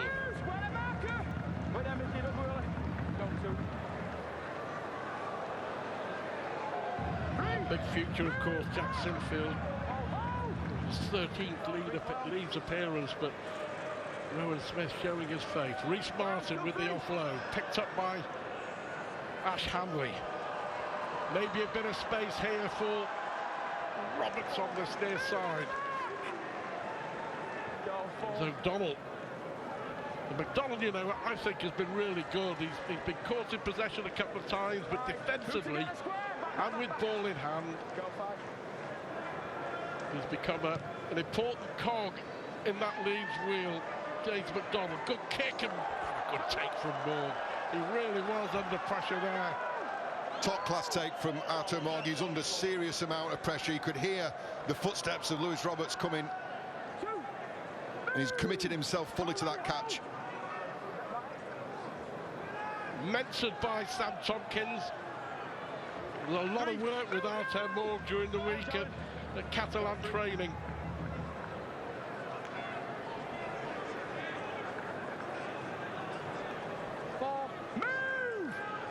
Romano brought down mid-lane side his own half of the field. McLaurin with the quick play of the ball. Release now! Wait there! Go fast, Amasona! Good now! To the corner. Well watched this time by Miller. Now that's the end to a set that the Catalan Dragons have been looking for. With time, with the right idea, and into a corner. Roberts nowhere to go, runs into Maria. Corey Johnson, rare opportunity. We'll see him later. Well, they're giving it a go, aren't they? Here is Lassone into Abdul. Tariq Sims. Frawley. And Miller. Across the line he goes, but nowhere to go. Just shy of halfway. Play on. Sinfield gets the kick away into the sunshine, and Morg picked his moment, didn't he? For a moment he was shielding his face. Took it well. 5 minutes into the second half, 8-0. There's that one solitary try from Tom Davis. And the Rhinos have blinked first here. The Catalan Dragons awarded a penalty. High shot again on Davis. I think that was the first penalty of the first half. Look, you know, there's no surprise that he draws so many penalties, Davis. His footwork at the line, his strength. He's a really, really strong, well put together athlete. And as I said, you've got to put yourself right in front of him and give him everything you've got to stop him. Sharon O'Connor, who was penalised. Cavalli plays the ball. Maria. Important set this. McMeekin now.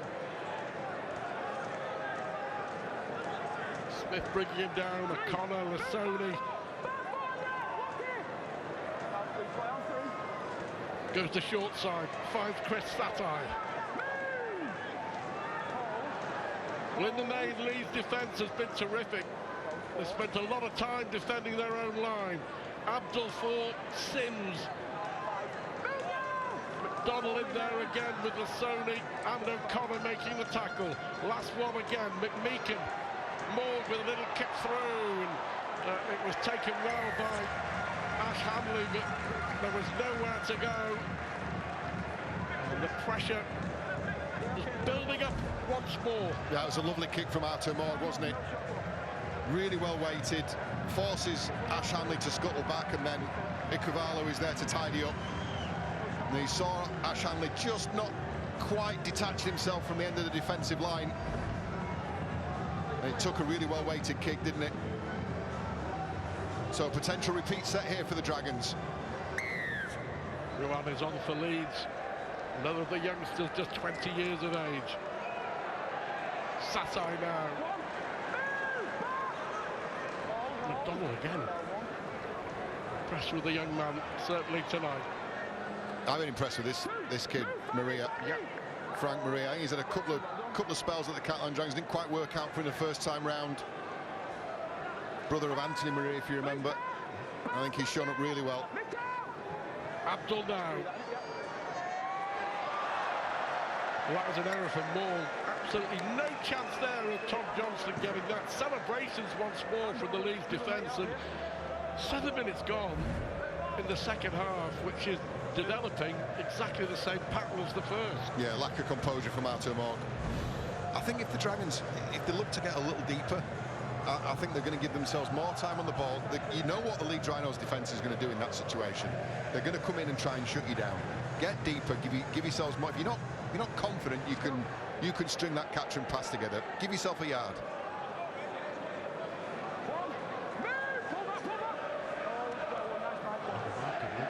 It is still 8-0. Reece Martin. McLaurin eventually lets him play the ball. That was a tackle of a man with experience. Mickey McLaurin, 18 years as a pro in Super League with Wigan. 7 years he's already been in the south of France. Leads inside the Catalan half. Simfield.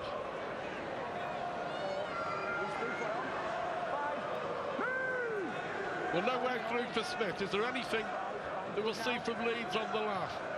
Frawley with the left foot. It's a high one, and under pressure again, Artur Morg. Right, it's another great take by Artur Morg. 3 times they've tested it. Look, and I think each of those you take, your confidence grows. You know, being in those situations, you drop your first, you're in for a long night, because you're battling against yourself as much as you are against the opposition, repeating that against you. Artur Morg is growing in confidence there, certainly defensively. Number of really good takes. Alric da Costa making his first appearance of the night. Romano with the offload.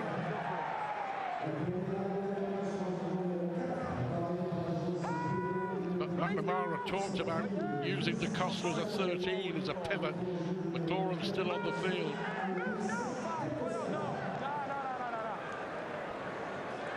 Abdul. Oh, it's well taken there by Tom Johnston. Johnson with a little kick forward. Can he chase it? Just a little bit too much on it. It was a great take from Johnston, but just couldn't finish. Was the kick the right option? I'm going to need to have a look at this, but I thought the pass option was there for him for Romano on the inside. Lockie Miller's just broken his stride a little. Maybe that spooked Johnston into the kick, but I thought there was a pass option there for Romano on the inside. Maybe. Etchell came inside, didn't he? Positive play, though, at least from the Catalan Dragons. Abdul's found a pass there that worked for him. Johnson on the outside. And a warning shot fired across the bows of the Leeds Rhinos. Big hit on Andy Ackers. Here is Cameron Smith. Topped the Super League tackle count before this round, Cameron Smith. 390 tackles, an astonishing amount of work from the Leeds captain this year. Ackers. What can they do with ball in hand? Frawley runs straight into McLaurin. And it's Miller this time. They will test Johnston, and he passes the test. 11 minutes gone, second half, 8-0 Catalan lead. Yeah, the Leeds Rhinos, though, look, this has become their trademark this year. Without setting the world on fire, you know, certainly we've seen glimpses of brilliance and excellence for the Rhinos, but, you know, taking a global view across the season, they're not setting Super League alight, but they are competitive in every game, and we're seeing that again. They're getting probed and pushed and prodded, and the defensive line bent, but they're not being breached. Yeah, good read there from Sinfield on Nicarima. Under pressure, Abdul gets the kick away, and it turns out to be a good one. Look where Ash Hanley is going to pick up the ball.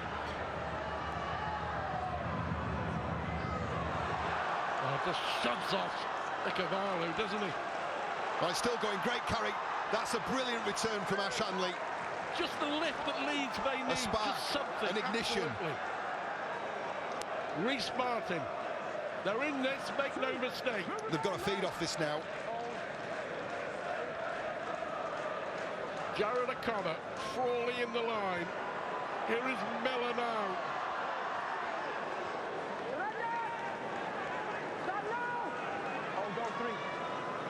McDonald does well to go to ground, wasn't pushed towards that touchline. 2 tackles left in the set for the Rhinos. 8-0, they trail. A little short pass, but Smith was well tackled. It was a great tackle by Bailey Sirenen. Frawley now. Here is Martin.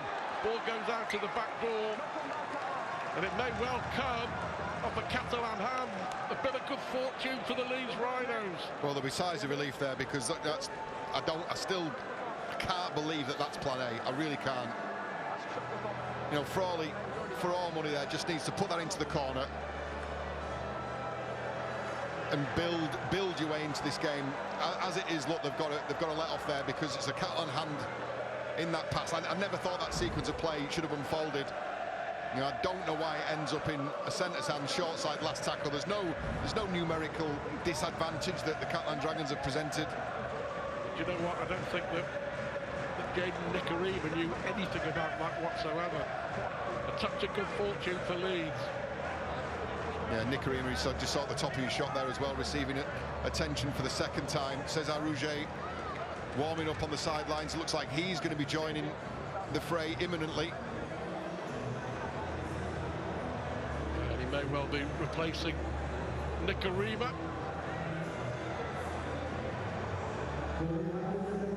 But real chance here for Leeds to put some pressure on.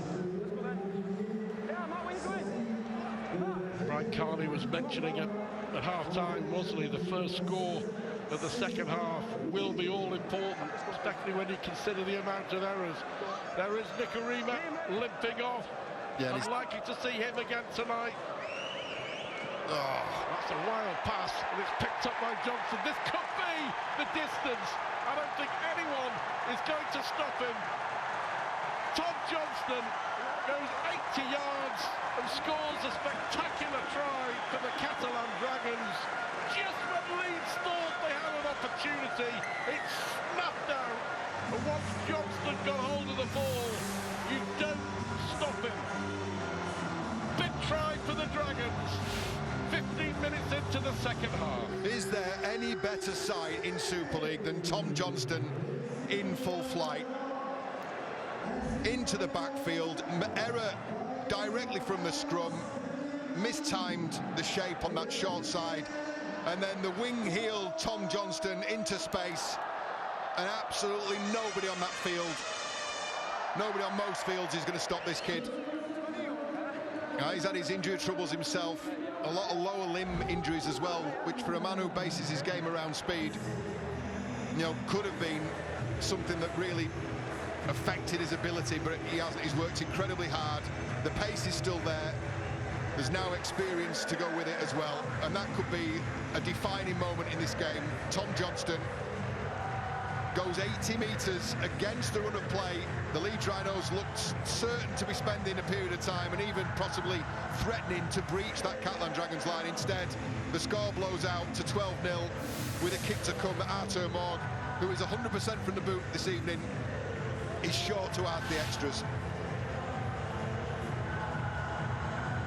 We saw Wigan's Liam Marshall earlier today in stumping of the Huddersfield Giants score a very similar try from a very similar distance. There was no stopping him either, and for Tom Johnson it's a remarkable record now. 33 tries in 40 games for the Catalan Dragons, but it could be a big moment. You were bigging Leeds up with a chance to put some pressure on and a chance maybe to put some points on the board, but that, I guess, just sums up their game so far. Another mistake, and this time it's led to a try. And Artem Morg here, a kick which would make it a 3-score game, approaching the hour mark. And Catalan, who suffered back-to-back defeats on the road, are in control once more in the south of France. They lead by 14 points to 0. Yeah, another miscued attack from the Leeds Rhinos, and Tom Johnson, who's moved to the south of France, I think has really elevated him as a player, elevated his status, earned an England cap whilst at the Catalan Dragons, and Steve McNamara has added a dimension to his game. Look, he's always been known for being a brilliant finisher. We know him to be one of the quickest in the league. Spectacular stuff, highlight reel stuff. You know, I've really come to enjoy what he does out of backfield as well. Those really painful first and second play carries in tandem with Tom Davies. It's an area of his game that he's become a much more rounded player, but it hasn't taken away from the fact that when you give him some space, he will punish you. For the moment, he grasped the ball. There was only one way he was going. London against Hull FC. The Broncos back in Wimbledon Sunday afternoon, 5-3 on Sky Sports Action. Hull's only win came against London. Can London's first win come against Hull? That's Sunday afternoon on Sky Sports Action. Sinfield with a tackle on Morg. Ball goes back to Cesar Rouget. It's a monster kick. Just bounces in play. It means Leeds will get it back 15 yards from their own line. 57 minutes on the clock. 14-0. I've got to ask you, even with the time remaining, is there a way back for Leeds? Yeah, I thought that conversion, look, it was a relatively straightforward conversion for Artem Morg, but for Owen Smith's men, I was asking myself the question, can they score a try? I'll say yes. Can they score 2? Possibly. Can they score 3 on the evidence of what I've seen? No. And I think that 14-0 scoreline, I think that's why that last conversion was really significant.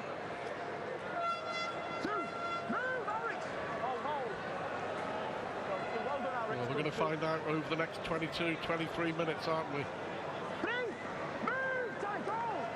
Mikael Gunamo.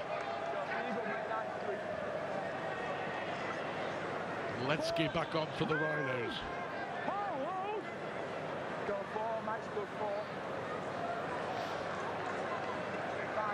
And Miller not afraid to join the line, is he? Or take on the line. But already it come to the last one, and Sinfield again testing Morg in the bright sunshine at the Stade Gilbert Brutus, but every time he's been tested, that's a high tackle. And that's what footwork does. That's what footwork does against tired defenders. You know, Artem Morg, I said he was growing in confidence. He hasn't been brilliant in attack, has he? But you know, your meat and drink as a fullback he's been a really, really safe pair of hands defensively. I think he's been that. And you start to give a bit of confidence to this kid, who is fast, who's got brilliant evasive skills, and against tired defenders, you're going to start drawing penalties like that. Little shimmy, there's the penalty.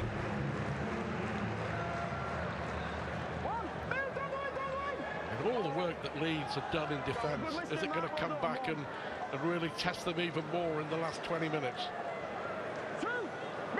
An hour gone, just about in Perpignan. Here is Cesar Rouget, runs into Frawley, and McDonnell again, busy as ever. And certainly he can hold his head high tonight. James McDonnell, a stellar show against the odds. Tariq Sims looking for a way through. Roberts makes the tackle, and McLaurin wasn't there quick enough. Simple as that. makes the mistake, chance gone. An hour gone, 14-0 Catalan lead. Yeah, just Tariq Sims has burst through 2 or 3 tackles, got a quick play the ball, did his job. But the dummy half was missing. And Mickey Mack's done the right thing in the first instance. He's put his foot there to try and give himself a chance to pick it up. But the Leeds Rhinos, they were on the money there defensively. The sharper of the 2 teams. Hour gone, 14-0. We're indebted, by the way, to our stats guru Ian Proctor. The 11th of May is one of the great days in Leeds Rhinos history. You may remember, John. Go on. The 11th of May 1968, the water splash, the famous water splash final at Wembley. And Leeds won. They beat Wakefield. Poor Don Fox missing the kick in front of the post to win it for Trinity. I'll tell you what, we're an hour gone. Leeds score now. I think that really changes the complexion of things, because the Catalan Dragons haven't been... You look at the tries that the Catalan Dragons have scored. One from a Leeds error as they make another mistake. Yeah, another Leeds error. And then another Leeds error in possession deep in Catalan Dragons territory. It's not like the Catalan Dragons methodically picked apart the Leeds Rhinos. I say a try now would change the complexion of the game. They're going to have to defend another set first. With 18 minutes to go, you have to say at the moment, you can't see Leeds score. But let's see what happens.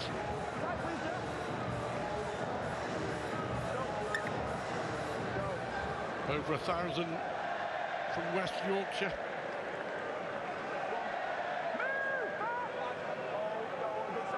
Enjoying their weekend, I'm sure, until this point.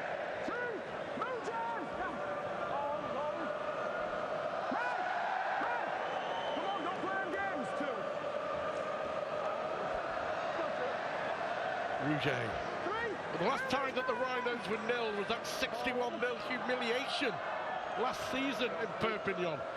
Is that going to be the case today? 18 minutes to go. One more try, you feel, from the Dragons, and that would be that. Navarrete eventually plays the ball. Here is Da Costa in that 13 role. McMeekin, last tackle for the Dragons. Moore puts the ball forward, and it came off. Miller did it. Or did it come off Romano? Well, either way, it's another great kick from Artur Morg. He's summed up the defensive line really well. Again, the Leeds Rhinos neither jamming nor sitting back. Edgell had not detached himself from that line, and Lachlan Miller, he has no option really. No, the referee's been consulted yet, so that last hand is a Catalan Dragon, so it's a let-off for the Leeds Rhinos, because it was a very awkward position for them to finish a set in. Lachlan Miller streaking towards the sideline there with the ball bouncing around. Release him! On the mark, Ash! Go zero, nice. Well, they've just got to keep on believing. Here is Miller. Lewis Roberts. The young man's had a good game. Yeah, and it was a high shot from Artur Romano. It was, he's won a penalty. So the referee just waiting to see how that play played out before he awarded the penalty. Now then, last time the Leeds Rhinos were down this end of the field with a full set of 6, it ended up under the sticks with a Tom Johnson 80-metre effort. From a Rhinos perspective, they're going to hope that this set is going to produce something a little bit more favourable. Let's see what they can do.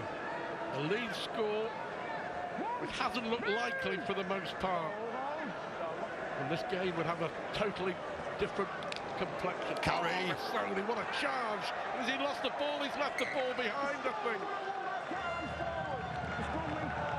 Wow, but it may well have come off a Catalan player. The crowd are not liking it. But this is a great chance now. 16 minutes to go. Julien Bousquet about to come back on. But you feel that Leeds have got to score. Well, I'll tell you what, the carry was so forceful that Cesar Rouget, he decided his only course of action was to attempt to strip. because otherwise he was going to get left with stud marks right up his chest and over his forehead, and Sam Lissoni was going to be disappearing into the distance. Well, let's see what they can do. Roberts is brought down. There is still time. Aletsky. Navarrete with the tackle. Here is Frawley. Oh, Lissoni again with a chance, gets rid of Hikavalu, gets rid of McMeekin. Hikavalu goes back for more. Frawley once more. And Aletsky. 2 tackles left in this set. Leeds have got to find something special. Frawley again, and Miller. Well, he's had a shocker today, Lockie Miller. For the most part this season, he's been excellent in a Leeds shirt, but today has not been his day, and it looks like it's not going to be Leeds' day either. No, I thought, you know, we're seeing the play that led to the error. I think the play before, where Aletsky was hit as a lead line runner, I thought Sinfield was sat out the back there with a fairly decent shape outside him. Artur Romano has looked a little nervy on that left edge in defence for the Catalan Dragons. You know, you're looking with 15 minutes left on the clock now. You can't just keep hitting front runners. You've got to start expanding your play a little bit. Start taking some chances. That for me looked like an opportunity missed. Well, just sometimes in the Super League, you've got to do it tough. You've got to win ugly. At the moment, that looks like exactly what's going to happen for the Catalan Dragons after conceding 60 points and scoring 1 try in the last 2 games, beaten by Lee, beaten by Wigan. For Steve McNamara today, it was much more about the win than the performance. 14 minutes to go. Abdul looking for a 40-20. Bounces kindly for Lockie Miller. And they've got to try something, haven't they? Ash Hanley, always elusive, always tends to beat at least 1 man, and wins the penalty. Well, he'd done the work, hadn't he, Ash Hanley? He'd won the battle, had pulled through in the tackle, and Bailey Simonon would feel he had no option really than just to slow that down. Better concede a penalty than a clean break. So, the full set from halfway. Yeah, that was going to be a really quick play, the ball, and then if you were Leeds Rhino, you'd be straight up that seam. So it's a cynical, you know, it's a cynical penalty conceded by Simonon, but probably at least gives his side the chance with a set defensive line. Martin.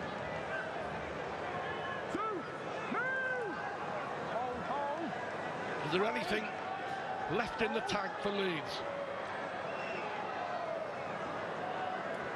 Sinfield and Frawley. Miller now looking for a way through. Sims it was with a tackle. Frawley again. Sonig busy with the ball. He wants the ball. He tries to play it quickly and does. Atkins from dummy half. Leon Run. They're 10 yards away. Cameron Smith and Sinfield closed down quickly. Yeah, well read by Jordan Abdul. He just got in the eye line of Sinfield, came outside in, timed his interference with Sinfield to perfection there, and he just had to take the tackle. And you're looking at 2 really, really tired sets of players here.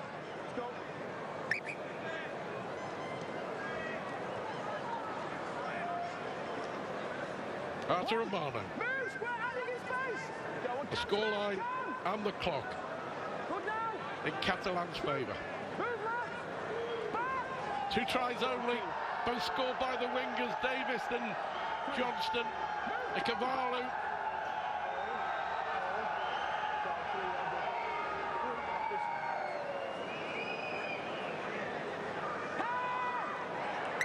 He called hell before McMeekin got the ball out.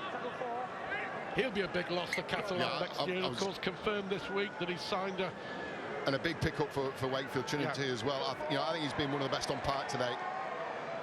I don't think he's had a breather, has he? I think he's gone right the way through. Play on, says the referee. Sims tried to get the ball inside, but guess what? It's another error. Picked up by Miller.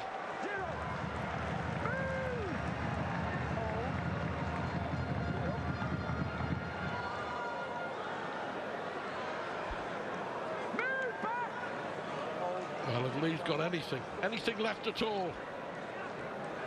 That's a good carry, better carry. Cutting back against the grain is Aledski. Sangare back on the field. You'll probably see the game out now. In possession straight away. Midway through the tackle count, the Leeds Rhinos now. Midway inside the Catalan half. Reece Martin. Characteristic offload for Lockie Miller. Dancing around, finds his captain Cameron Smith, and now here's Ash Handley. Well, the ball was kicked inside. I think that was ball to man. It wasn't played. It's a Catalan ball with 10 minutes to go. Didn't have too many options there, Ash Handley. Yeah, his ball's ricocheted off the legs of Artur Morgan, saying, look, you know, it's not me, I'm just getting myself into position. I'm not playing at the ball. You know, look, and if the score stays like this, if you were to blow full time now and it's 14-0, you know what everybody would say. You know, the Leeds Rhinos gone away to the south of France and been nil. It hasn't been that sort of game.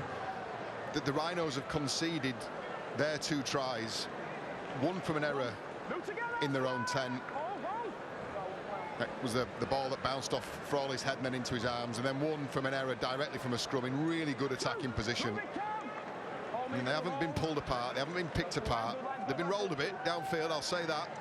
You know, guys like Bousquet on the ball now. The disappointing thing for Rowan Smith, John, is when they've had the chance, when they've had ball in hand, they haven't really looked like. No, they've not looked sharp, have they? No. 71 minutes gone, 14-0. Artur Morgan. Well, this time it was Sirinen who drops the ball. Just been one of those games. It's been an ugly. Lockie Miller's done the opposite of what he normally does. Normally he runs into spaces. He seems to be attracting or almost magnetically drawn to defenders today. And he's won a couple of shots as well for it. He's, you know, no lack of endeavour or effort from Lockie Miller. He just hasn't found those gaps. Now he's clutching a shoulder. That would be a big blow for Leeds. They've suffered enough injury blows already this season. 8 minutes to go. McDonald goes to dummy half. Young Lewis Roberts looking to offload. Runs into Mike McMeekin. And there's bodies everywhere, isn't there? Sirinen, the latest one to have picked up a knock in that tackle. Mike McMeekin's been outstanding. He's been everywhere.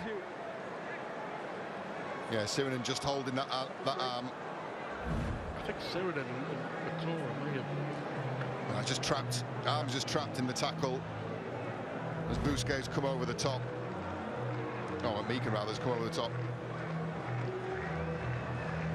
Yeah, big shift from the forwards as well. Sarte, Maria and Navarrete. Bousquet, McMeekin. I think Bailey Sirinen, his stock continues to rise. Tariq Sims, we knew all about him, didn't we? Well, they've done what they have to do. Yeah, that's a look. And this is it. Without being brilliant, tonight they're going to be one of 4 teams on 16 points at the head of the table. And you know, 5 of their next 7 games are at home, John. Yeah, that's going to make a huge difference. Just as the weather starts to turn, you know, Perpignan starts to heat up. Sides are going to find it difficult coming here. Sinfield dots through half break, pulled down. Leeds today, then Warrington, Lee, Huddersfield and Salford over the next 7 weeks. All at the Stade Gilbert Bruta. Are there points on the board for Leeds? Sinfield on the last. Davis takes it well. It was too easy really for Tom Davis. There was no real pressure on the chase.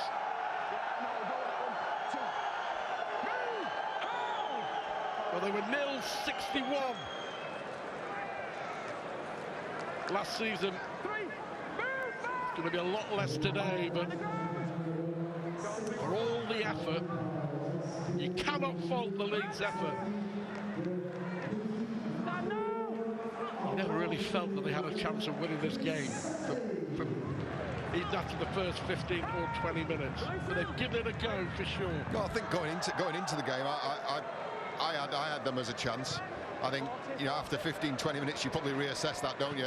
They've not brought their A game. You know, Lockie Miller, you know, there's a perfect example.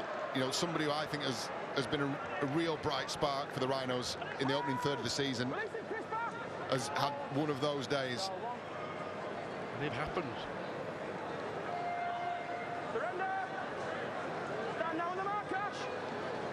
6 minutes to go. 14 points to 0. Roberts for Angel. Looked high on Jacksonville. Mickey McLaurin's work is done. Well, still they're going, still they're trying. Ackers, that's good. Andy Ackers, has he got support? Tries to go round Artem. Great tackle, great tackle. From the young fullback. Sangare at dummy half. Numbers on the left, maybe. Ruan.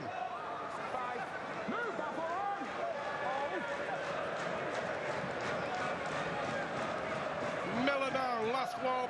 Here is Sinfield. Is it a kick? It is, towards the corner. No, it's not the best of kicks from young Jack Sinfield. Easy take for Tom Johnston. He won't be rushing. Catalan won't be rushing. 5 minutes to go, and they're going to win. Yeah, and you'd see writ large on the faces of everybody as Acker skirts round a couple of Catalan Dragons defenders. That's a brilliant cover tackle from Artem Morg. Yeah, you can see it writ large on faces on both Leeds Rhinos and Catalan Dragons players. Just what it has meant in terms of the effort, industry, and the fatigue that's clearly showing now. But this will, you're right, this will go down as a Catalan Dragons win. And a Leeds loss and a Leeds loss to 0, but that doesn't tell you the story of the game, not by a long stretch. Well, Catalan, we know for sure, are playoff contenders. Are Leeds. Well, on the evidence of today, no. I will caveat that by saying, you know, looking at the results they have, clearly, they're not up to the standard yet of making playoffs. But they're not a side that are getting towelled up every week. You know, this is looking like a 14-point defeat, isn't it? You know, one of those is a breakaway 80-metre try.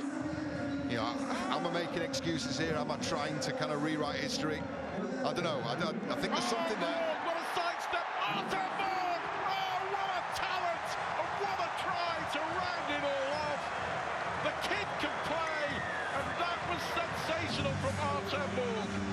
Brilliant try, and Catalan with the icing on the cake. That's an outstanding solo effort from Artem Morg.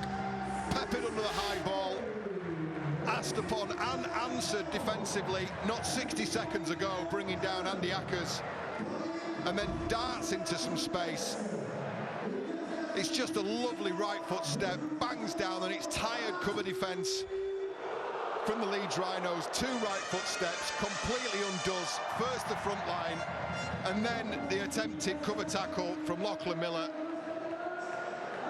And I'll tell you what, there's fans here frustrated, I would imagine, in the ground on both sides. But there have been 2 moments of brilliance, haven't there? Watching Tom Johnston streak 80 metres you would pay your admission money alone for. And Artem Morg stepping and weaving his way to the line as his stock continues to rise is another. Steve McNamara does not have to pay for entry. He's the head coach of the Catalan Dragons, who will now be one of a clutch of teams on 16 points in just 3 minutes' time. Well, that put a smile on my face. Simply sensational from Artem Morg. You just love to see plays like that and skill like that. He's had a cracking game. And Morg here, you would think to round it all off at 20 points to 0. But the moment of the match came from arguably the man of the match. We shall see. But Artem Morg, look at this. That's just so well balanced. just jams down on that right foot. Very often players, when you put so much energy into a sidestep, you lose speed. I'm looking at Artur Morg there and I'm going, he retains that momentum, retains the speed. There's very few players who can do that. And Artur Morg with a try and 4 goals. Look, it's 20 points to nil. Artur Morg's responsible for 12 of those. I think they were all offside. Penalty for offside at the kick-off in front of Jack Sinfield as he kicked the ball. And maybe it isn't the last score of the game, as Catalans go hunting for more in the last 90 seconds or so. That's a free shot now for the Catalan Dragons. Morg again. Oh, he gets the ball out to Johnston. Can he find a way through? Can he weave his way through? Tom Johnston! That would be some effort if he can score. Eventually pushed back, but my, what an effort from Johnston. Just over a minute to go. Bousquet with the pass, not the best. Picked up on the bounce.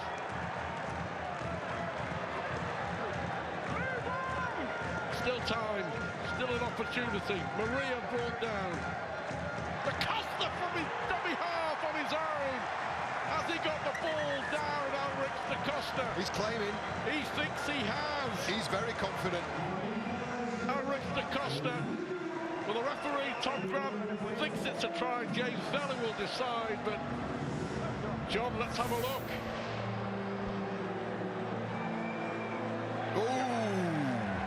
Now then, we're talking about control here. Has da Costa retained control of the ball as he goes to score? I would say no, looking at that. I would say he's not in control of that ball. The ball is coming away from the arm. It's gone up as a try. Now, that could be really significant because I don't see clear separation. You know, video referees, you often hear in the spiel they're going through when they're assessing the criteria for whether a try should be scored or not, whether there's separation, clear separation. You see the hand come off it there, but I don't know at that point from that angle whether the board actually hit the ground. You know, Leeds Rhinos play straining to pull da Costa back. Effectively, the on-field referee gives a weighting here. He's gone up and he said try on field. So the video referee, you know, he's got to find compelling evidence now to overturn that decision. And I'm not sure we're going to see compelling evidence. You know, it's hard from that angle because you don't know where the fingers are. And the referee probably now looks close to his decision. Yeah, here we go. Stella is the man to make the decision, and it is a try. There was still a finger on the ball. There wasn't enough to overturn the decision from Tom Grant, which proved to be the right decision anyway. And it's 24-0. And it's a highly satisfying day at the office for Steve McNamara.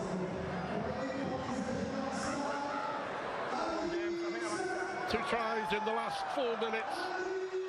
And Artur Morg, who's had a cracking game. Just to add a little bit more to the Leeds pain. They're missing so many players. They put in a really big effort, but ultimately not good enough today. Too many mistakes from the Rhinos.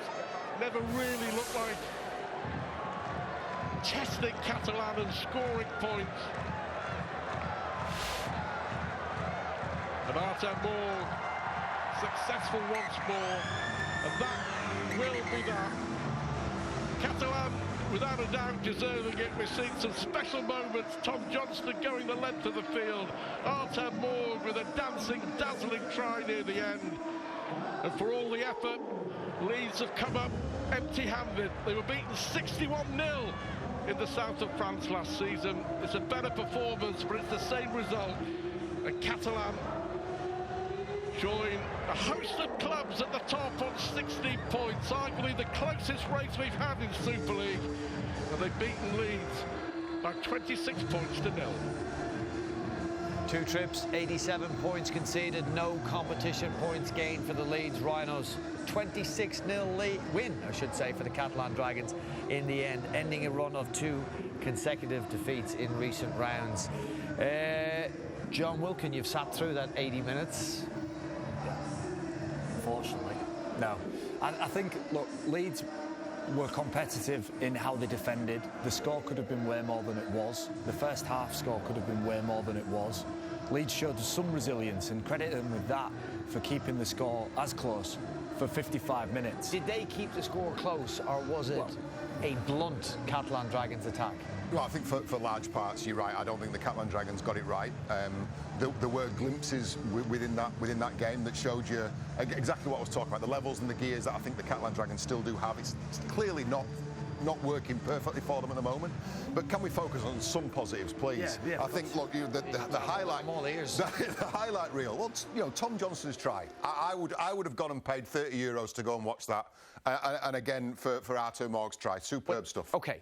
And I see the positives in that, but that is the point. They score 4 tries. One comes from Alric da Costa, dummy half. One is Artur Morg going through a really poor and tired defence, and Tom Johnston is the other one. 3 is picking up a drop ball. 3 of the 4 tries. Opportunist tries. You could not watch Catalan's performance and say it had any fluency with the ball. If the error count was closer than the scoreline, and it was 13-12 errors in the game. Now, whatever you think about, I'm all about being positive. I want to be positive about Frank Maria, by the way, because I think in that we can find an absolute jewel of positivity. But I'm not being positive about that. I'm not being positive about Catalan's performance.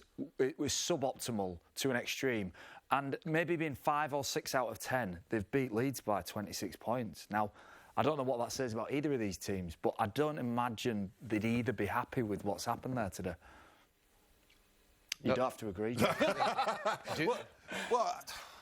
I think when you take the scores and you contextualise them, I certainly think Tom Johnston's was a gift, wasn't it? You know, the ball drops for him in the clear with no defenders.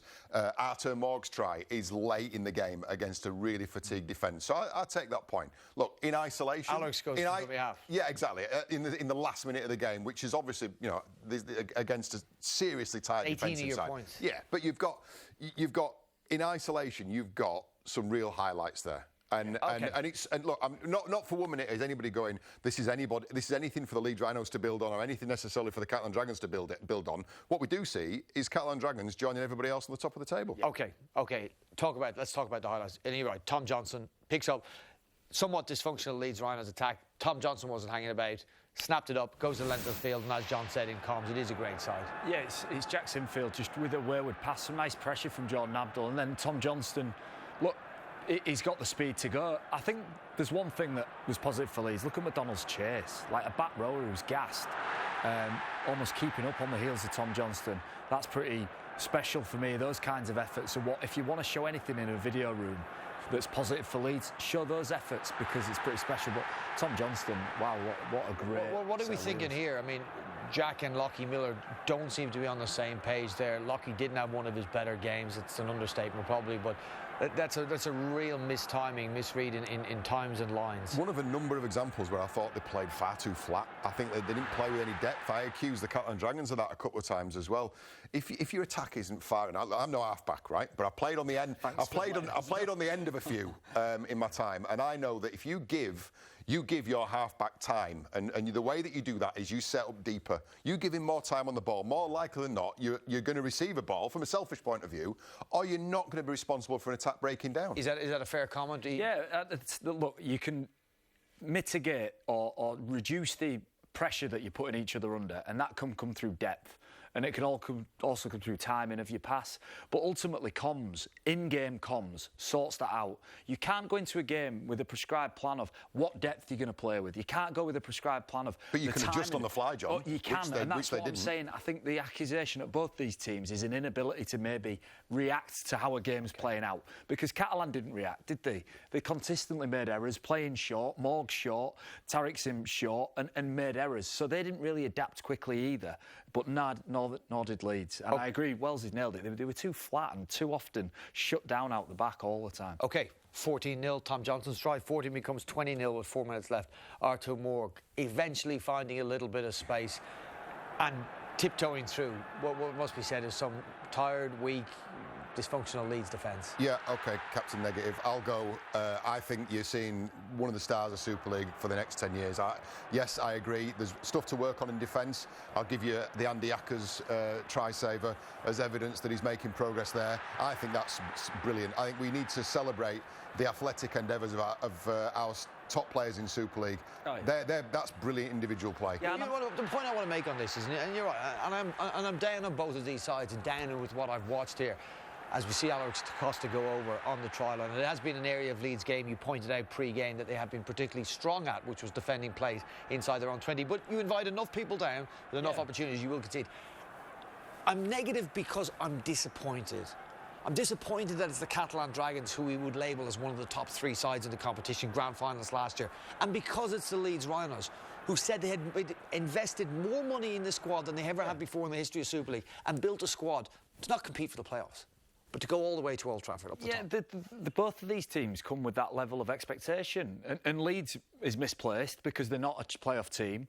The Catalan are a champion team. They've been up there, so they're both under pressure. One I think has real solid grounds, and that's with Catalan. But Leeds comes with more historical pressure, and they've not delivered on that for quite some time. And look, Wellesley, look, I want to be positive, and I'll celebrate positivity, and I'll run into a huddle and high five after you've conceded a try, and I'll do all of that modern nonsense. But in the era I came through, if we dished up a performance like that, do I not think Paul Sculthorpe would tear into me?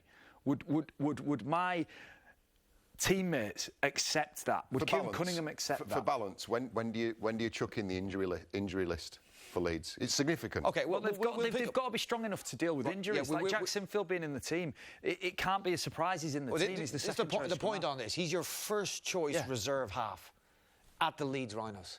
So I understand Jack's a young kid. I get all that. But he's the first choice reserve half. You don't just practice all pre-season and then suddenly out of nowhere in round 7 or 8, or as it was last week in round 10, pick Jack's infield out and throw him in. That's not how you prepare for a game. You're not entitled to go through a season undamaged by injury in your key positions. But the Leeds spine is a red herring, I'm telling you now, because they perpetually get back foot marched down the field and are happy to do so. And until they address that, they're going to lose games. And I couldn't play in a team that was on the back foot all the time and then expect to come up with some sort of fluency with the ball when you're absolutely gassed. You're out on your feet. You've had no momentum. You've had no absolute impact in the game. It's an incredibly tough way to play. I'm going to drag it into a positive because we had a very good individual performance. Player of the match, Mike McMeekin, standing by with Sam. Yes, I'm here with the player of the match, Mike McMeekin. Mike, it's tough for people at home to see exactly how difficult those conditions were the first half. Yeah, it's the first proper hot game that we've had this year, and I think we made it pretty difficult for ourselves in that first 20, but I think once we found our feet, we got them to game pretty well. There's been questions asked over the last couple of weeks of the Dragons' defence. Did you think it was much improved today? I think first 20 minutes probably not. I think it's probably, like I said, it took us a good few sets to get our feet. I think we're a bit sloppy in the first few sets, but to keep a team like Leeds to nil, they're a team that will shift us about and test us. So yeah, I think it's an improvement, but we still got a lot more to go. I don't know whether the scoreline flatters the Dragons or not, but it was tough right till the end, wasn't it? Yeah, it was a tough game. I think we scored a few late tries, which increased our scoreboard. But yeah, I think, like you say, I think it flatters a bit. I think, as I said before, we've got a bit to improve on, but a few days off now, and we'll rest and recoup for the next game. You'll need that rest. Yeah, definitely. Well done. Cheers, mate. Yeah, Super League taking a break for the Challenge Cup semi-finals. Mike McMeekin, though, without a break today, that was a wholehearted performance is what they needed in that sort of a game. Yeah, and in games that are scrappy like that, it's incredibly tough for the players in the middle of the field because they're being required to use more energy than anybody else. And for Mike McMeekin to go the full stretch, and as I said with Frank Maria, I thought those two really stood up for Catalan in a difficult situation, in warm conditions, exceptional. He's had to really change his game as well, Mike McMeekin. Remember, started out at the London Broncos wing centre. Progressed the cast as a back row. Now he's doing 80 minutes as a middle forward. Way to go, that. Yeah, going the other way would be alarming. He is one of the best front rowers in the competition, absolutely. That Mike McMeekin, player of the match. His coach, no doubt, happy with his performance. What did he make of his team's performance? Here he is with Sam. Yes, I'm here with Steve McNamara, the Catalan Dragons coach. Steve, are you a happy man? Yeah, I think 26-0. They've got to be happy with that. I think we tried really, really hard today, but we just weren't in sync with each other, particularly in attack. And it's probably an area of the game we've really focused on this week. And I think we're a little bit anxious about it. And we missed 1 or 2 opportunities, and it just got a little bit worse for us. But I think sometimes you've got to win these types of games like that. And obviously 26-0 is a good scoreline in the end. A couple of your spine players had to leave the field, Nick Arima and Michael McLaurin. Any news on those two? Yeah, I think Mickey's okay. I think he's bumped his knee a little bit. I think Jaden's got a couple of issues there, so we're not quite sure on them. So a little bit of disruption there, but luckily we had Caesar on the bench and Alric, so it sort of fit in for us. And just a word on the middle pack for Catalan Dragons. I thought they were outstanding today in some real tough conditions. Yeah, look, we're down a lot of middles at the minute. It's plain to see that, but I thought the ones that came in did a great job. Julian Busquet, Mike McMeekin, Roman Navarrete starting off, and then we had 2 recognised ones in Chris and Frank. And Frank's a real success story for us, Frank Murray. He's come there from, give him a chance from reserve grade and don't look out of place at all. So what's the plan now? No game next week, plenty of rest and recoup for the players, I'm guessing? Yeah, look, we've got to get some training, but we need some rest first. I think most of the teams who aren't playing next week and they'll be the same. So, we're off till Thursday. We'll get back in on Thursday and regroup, and we'll go again. Cheers, Steve. Yeah, they will need some rest because they've got quite the fixture list coming up after the Challenge Cup semi-finals. Warrington, St Helens, Lee, Huddersfield and Hull KR. You would say what after they play Hull KR in round 16? Well, we'll know so much more, won't we? I don't think we can read too much into where Catalan are at from that performance. I think there's elements of that for sure they need to work on and they need to be better. But we'll know an awful lot more after the next 5 rounds of exactly where they're at. Are they a top 3 side or another side that's fighting to the 6? Frank Maria, squad player, brought in. I mean, the ultimate compliment you want is you don't look out of place. Yeah. Coach said that about him, was accurate. Yeah, and he'd been around the house. I was talking to Steve last week up at Lee and saying that he'd been involved with the Dragons before. He kind of fallen out of love with the game, been given a shot, thought he'd give it another go, been told to smarten himself up, take it a little more seriously, and he's got his rewards. Just on the fixture list, crucially, 3 of those are at home. Now, we've all played in the south of France. We know what that feels like when the temperature gauge starts to go up. It's fantastic, but I'll tell you what, it can hamstring you as well. We've seen probably a taste of now of where that's going. As the mercury starts to rise, the Catalan Dragons start to wake up, I think. And Steve McNamara would say, well, that's returning serve. We've got to do the back-to-back trips over to England, so that's return serve. We get a few games at home. So just finishing up on the Catalan Dragons before we end on the Leeds Rhinos. Your point well made at half-time. There's more gears in the Catalan Dragons you felt in that game. We maybe saw a little bit of that. Steve saying we lacked fluency, which we all identified in here. But you would say the positives for the Catalan Dragons is they're sitting near the top of the table. Oh, yeah. And they've got a break coming up, and they have got improvement in them.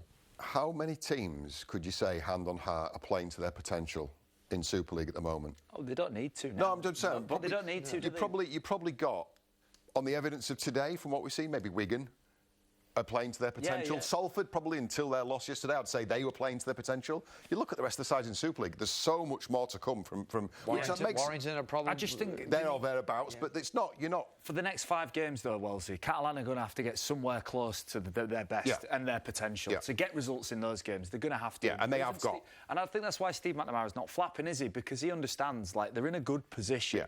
They're not really playing that great. They've got more in them. Yeah, they've got headroom, haven't they? If they were absolutely...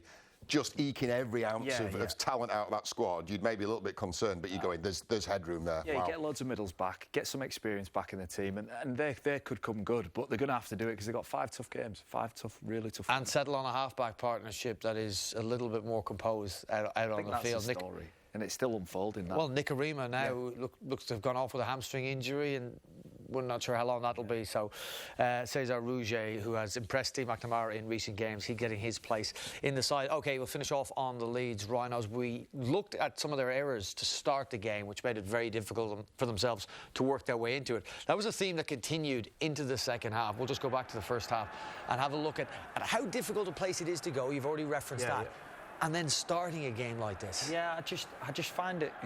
I'm fascinated by how Leeds clung in at this stage of the game. I think it does show a lot of grit and determination, but repeatedly coughing possession up. Catalan were guilty of this also, so it's not just Leeds making the errors. But you have to respect the possession when the conditions are tough. You have to respect the possession when you're coming away from your end of the field. You can be as flamboyant and as creative as you want with the ball, but you can't when you're making fundamental errors like this. It's like the Marines, right? They're organised, so when they need to be, they can be creative. Well, look, there's no organisation, and that hinders the ability for Leeds to be creative when they need to be. Other special forces available. This one stuck out for me, John. Matt Frawley, Sinfield to Frawley, Frawley back to Miller. Miller crabs across field. This is on tackle 5. Where's the thought process? Where's Jack Sinfield? Where's the comms? And then you've got your half-back jumping into dummy half to kick the ball. And all of that, for me, is a comms issue, because that's either lack of thought or lack of comms. And I'd say probably a combination of the two. And it happens when games are frantic and you end up losing your way, but Leeds just never found the way. And Lockie Miller, like we said, had just an afternoon he'll forget. Have they got improvement in them? And much improvement in them? You'd like to think so, wouldn't you? You'd like to think so. I think they have. Look, first of all, let's acknowledge the injury list, right? And this is not an excuse. There's a number of players there that are out, including arguably the star signing Brodie Croft for 2024. Where can they get to? Well, let's make the direct comparison. With Brodie, just on that, with Brodie, they dropped Matt Frawley last week and had Jack Sinfield as the first choice with Brodie last week. Yeah. So 3 weeks ago, Matt Frawley was the first choice half. So you had Jack Frawley and Jack Sinfield and Matt Frawley today. Yeah. So it's not. If we're going to make comparisons between the two sides we just watched, and I said that the Catalan Dragons have got plenty of headroom. I reckon they've got gears. And I'm looking at the Leeds Rhinos and I'm going, how much headroom's there, even with everybody else on deck? And I'm going, where do you see them finishing then? I see them. I think there's going to be an almighty fight for the sixth and final playoff spot. And I think it's going to be form and it's going to be points difference at the right time of the season. Do you see Leeds being in there? I see them being as a clutch of teams that could potentially nick sixth, and that's where we're at. That's my honest assessment. Are they better or worse than last year's side that missed out in the playoffs? Theoretically better, but practically worse. Yeah, I would agree certainly on today's performance, blimey. I mean, and they haven't exactly been, the game away at Hull 2 weeks ago was a tough game. I think Hull raised the game for that. Game against London Broncos, hard to read. I think, that's a difficult one. Just on that is a tough couple of games to come off. Then to go to the south of France. I don't think it excuses the errors and the sort of passive, floppy defence that they've shown repeatedly since Rowan Smith's been in charge. That's not new, is it? But Warrington came off a Hull FC game and went and blitzed Hull KR. Yeah, I know. I'm just saying it can be tricky to mentally get back to a place where you need to be. But Makes an interesting season, Catalan gave them every opportunity to just not need to be at that level. But that's why it's interesting. That's the thoughts of John Wells and John Wilkin on the Leeds Rhinos. What about their coach, Rowan Smith? Here he is with Sam. Yes, I'm here with Rowan Smith. Rowan, real tough game. Maybe the scoreline flatters the Dragons a little bit. Yeah, I thought it was a really hard game. We lacked a bit of execution there, and the score, I think there's been a bunch of games lately where the battle has been much harder than the scoreline's reflected, but that's the nature of sport sometimes. It's hard to take. I'm really proud of the players' effort and courage to attack it today. It was hot and we're on the back foot for a chunk of that first half, but I'm really impressed with the way we attacked the second half with intent. Well, I thought the desire and the effort could never be questioned, so what do you think it was that let that scoreline blow out? Yeah, I thought we had one big moment there, obviously, that turned the game with Johnson running the length, and our last plays probably weren't good enough in that second half to apply enough pressure. But we had a lot of young fellas out there having a real good crack, and I thought the team unity was strong today against a very spirited, as they always are, Catalans team, and they were very professional today, the opposition. I'm sure you're desperate to get a couple of bodies back. Any news on Brodie Croft, Harry Newman, when they'll be back in your side? Yeah, I think they're likely to be ready for the next game. They're not sort of long-term injuries, so they'll obviously be nice to get back, but I'm also really proud of the kids that filled in, and their exposure to it is going to put them in good stead moving forward. Thanks, Ron. Unlucky today. Thanks, Sam. Cheers, man. Okay, you're accusing me of being the prophet of doom. I'm going to give you some positive news. If you're a Leeds Rhinos fan watching this, I think you're going to be in a very good position come round 16 when you meet the Leeds Rhinos again. They got St Helens coming up next after the Challenge Cup break. Well, then games against Castleford, Hull, Lee and London. Now, I would say you could probably be looking at 4 wins out of 5 in that. Certainly 3. 3. Certainly 3. Okay. You know, the way that the league possibly leopards are 4 going, out of 5. Possibly 4.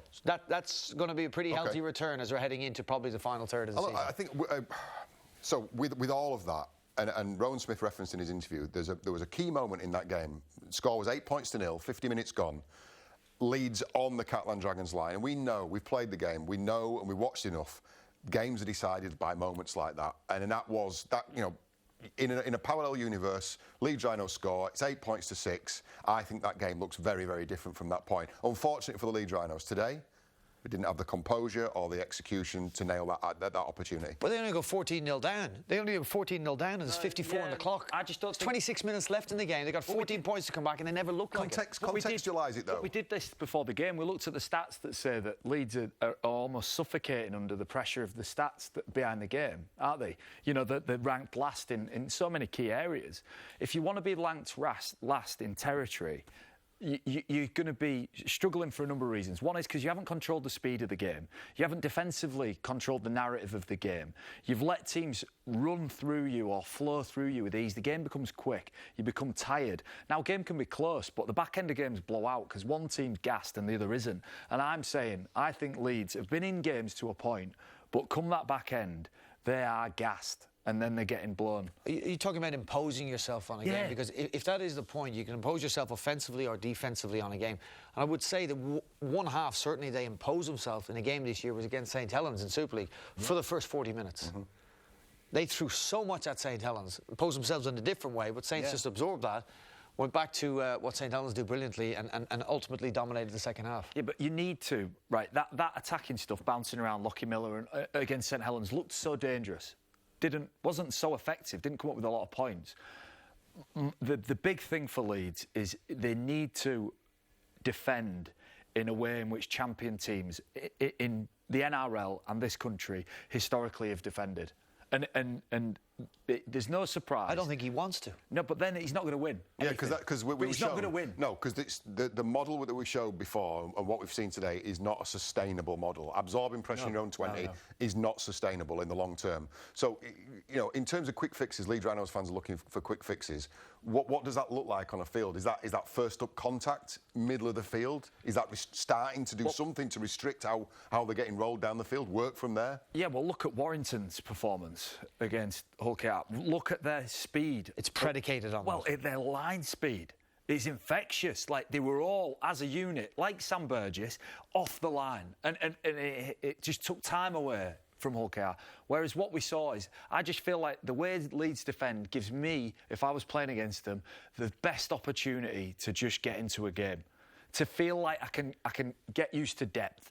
I can take the ball a little bit further than I'm used to. I'm getting a read on the defenders out there. That fraction of a second more time kills in sport. To just gift it to a team, I think is criminal. And I would fix that and just see where we're at. You feel like for a number of games, and particularly this game, the Leeds Rhinos are playing the game trying to catch the breath. That's what it feels like. If you imagine, you've been in that situation. You cannot spend a prolonged amount of time trying to catch your breath. The intensity has to drop at some point in order to get your heart rate under control. That's what it looks like to me out there on the field. That everything is just hanging on, just clinging on, just trying to catch the breath. Just one more tackle, then we'll be all right. And it isn't sustainable. OK, we've got one fixture left in round 11. Hull FC against London tomorrow, the bottom two teams in the table. From what you've seen so far in round 11, now we're edging ever closer to the halfway point of the season already. Over a third of the season gone. Your takeaways from round 11, we'll start with you, John. What has jumped out at you? Yeah, I think, Lee, for me, stood out because are they just timing the wrong... are they 2 weeks too late, 3 weeks too late, but impressed by them. I'd also put Warrington's performance. Hull KR have been flying, haven't they? Warrington's performance really put me... back on my heels. I thought, wow, that was such a strong performance. Yeah, two for me. I think the Warrington performance was really strong. I know Hull KR were missing Elliot Minchella, and he clearly made a big difference. His absence. You can't rely on one. No. I thought Warrington's performance. Let's focus on that then. And I thought the way that Wigan took Huddersfield apart earlier today. You look at that and you go, ooh, wow, because Huddersfield they're pretending to be that end of the table as well. So you go, ooh. Wigan are back. Yeah. They're back on. That's what review will look like. Yeah. Yeah. I'll throw in, just for balance, I'll throw St Helens 52 second-half points against a Castleford side that just the week earlier had drawn on golden point. We'll give you that. With the Lee Leopards. Yep. So I would say your former side, St Helens. Let's whack all of those results, all that opinion into the Betfred Super League table and see where we stand with one more fixture to go in round 11. That's Hull FC and London at the bottom of the table. You'll see Wigan at the top, clear on points difference from St Helens, Warrington and the Catalan Dragons, all sitting on 16. But the beauty of the competition this year is the amount of sides we've got challenging for those all-important top 6 playoff places. Leeds Rhinos in 7th and Huddersfield stay in 10th. Now there is 4 points already between the Giants and Salford. All right, we've got championship playoffs for you. Leeds United, well, it's a disappointing end to the season for them, but they've got to dust themselves down and get ready for another tilt at pushing back into the Premier League. Standing in the way are Norwich. That's 11 a.m. on Sunday on Sky Sports Football, and that's followed at 2 p.m. by West Brom against Southampton, again on Sky Sports Football. Premier League. We'll animate in that graphic. Man United Arsenal 3:30 on Super Sunday. Monday Night Football is Aston Villa Liverpool, and Tuesday sees Tottenham taking on Man City, running red hot at the moment. 7 p.m. Sky Sports Premier League for that. Wednesday, it's Man United in action against Newcastle. And important news brought to you this week on Sky Sports. We've got Sky Sports Plus launching this autumn. It's just got even better. Sky Sports, we're going to bring you over 50% more sport this year with a new live stream and a dedicated channel this August at no extra cost. And watch your favourite EFL team over 20 times a season, every game from the Men's Super League, and over 1,000 live EFL matches in total. Tennis from 100 tournaments across the globe. And we got Women's Origin Game 1 coming up on Thursday, Queensland, New South Wales, at 10 a.m. on Sky Sports Action for that. And a reminder, you can see the final game of round 11 from the Betfred Super League. London Broncos taking on Hull FC tomorrow, 2:55 p.m, building up to a 3 o'clock kickoff on Sky Sports Action. Well, I must say, gentlemen, I really enjoyed that post-match debate. Plenty to consider for the Catalan Dragons and for Leeds Rhinos. My thanks to John Wells and to John Wilkin and to you at home for your company as well. And we'll see you next time here on Sky Sports for more Betfred Super League action. Till then, bye-bye. Sky Sports. Feel it all.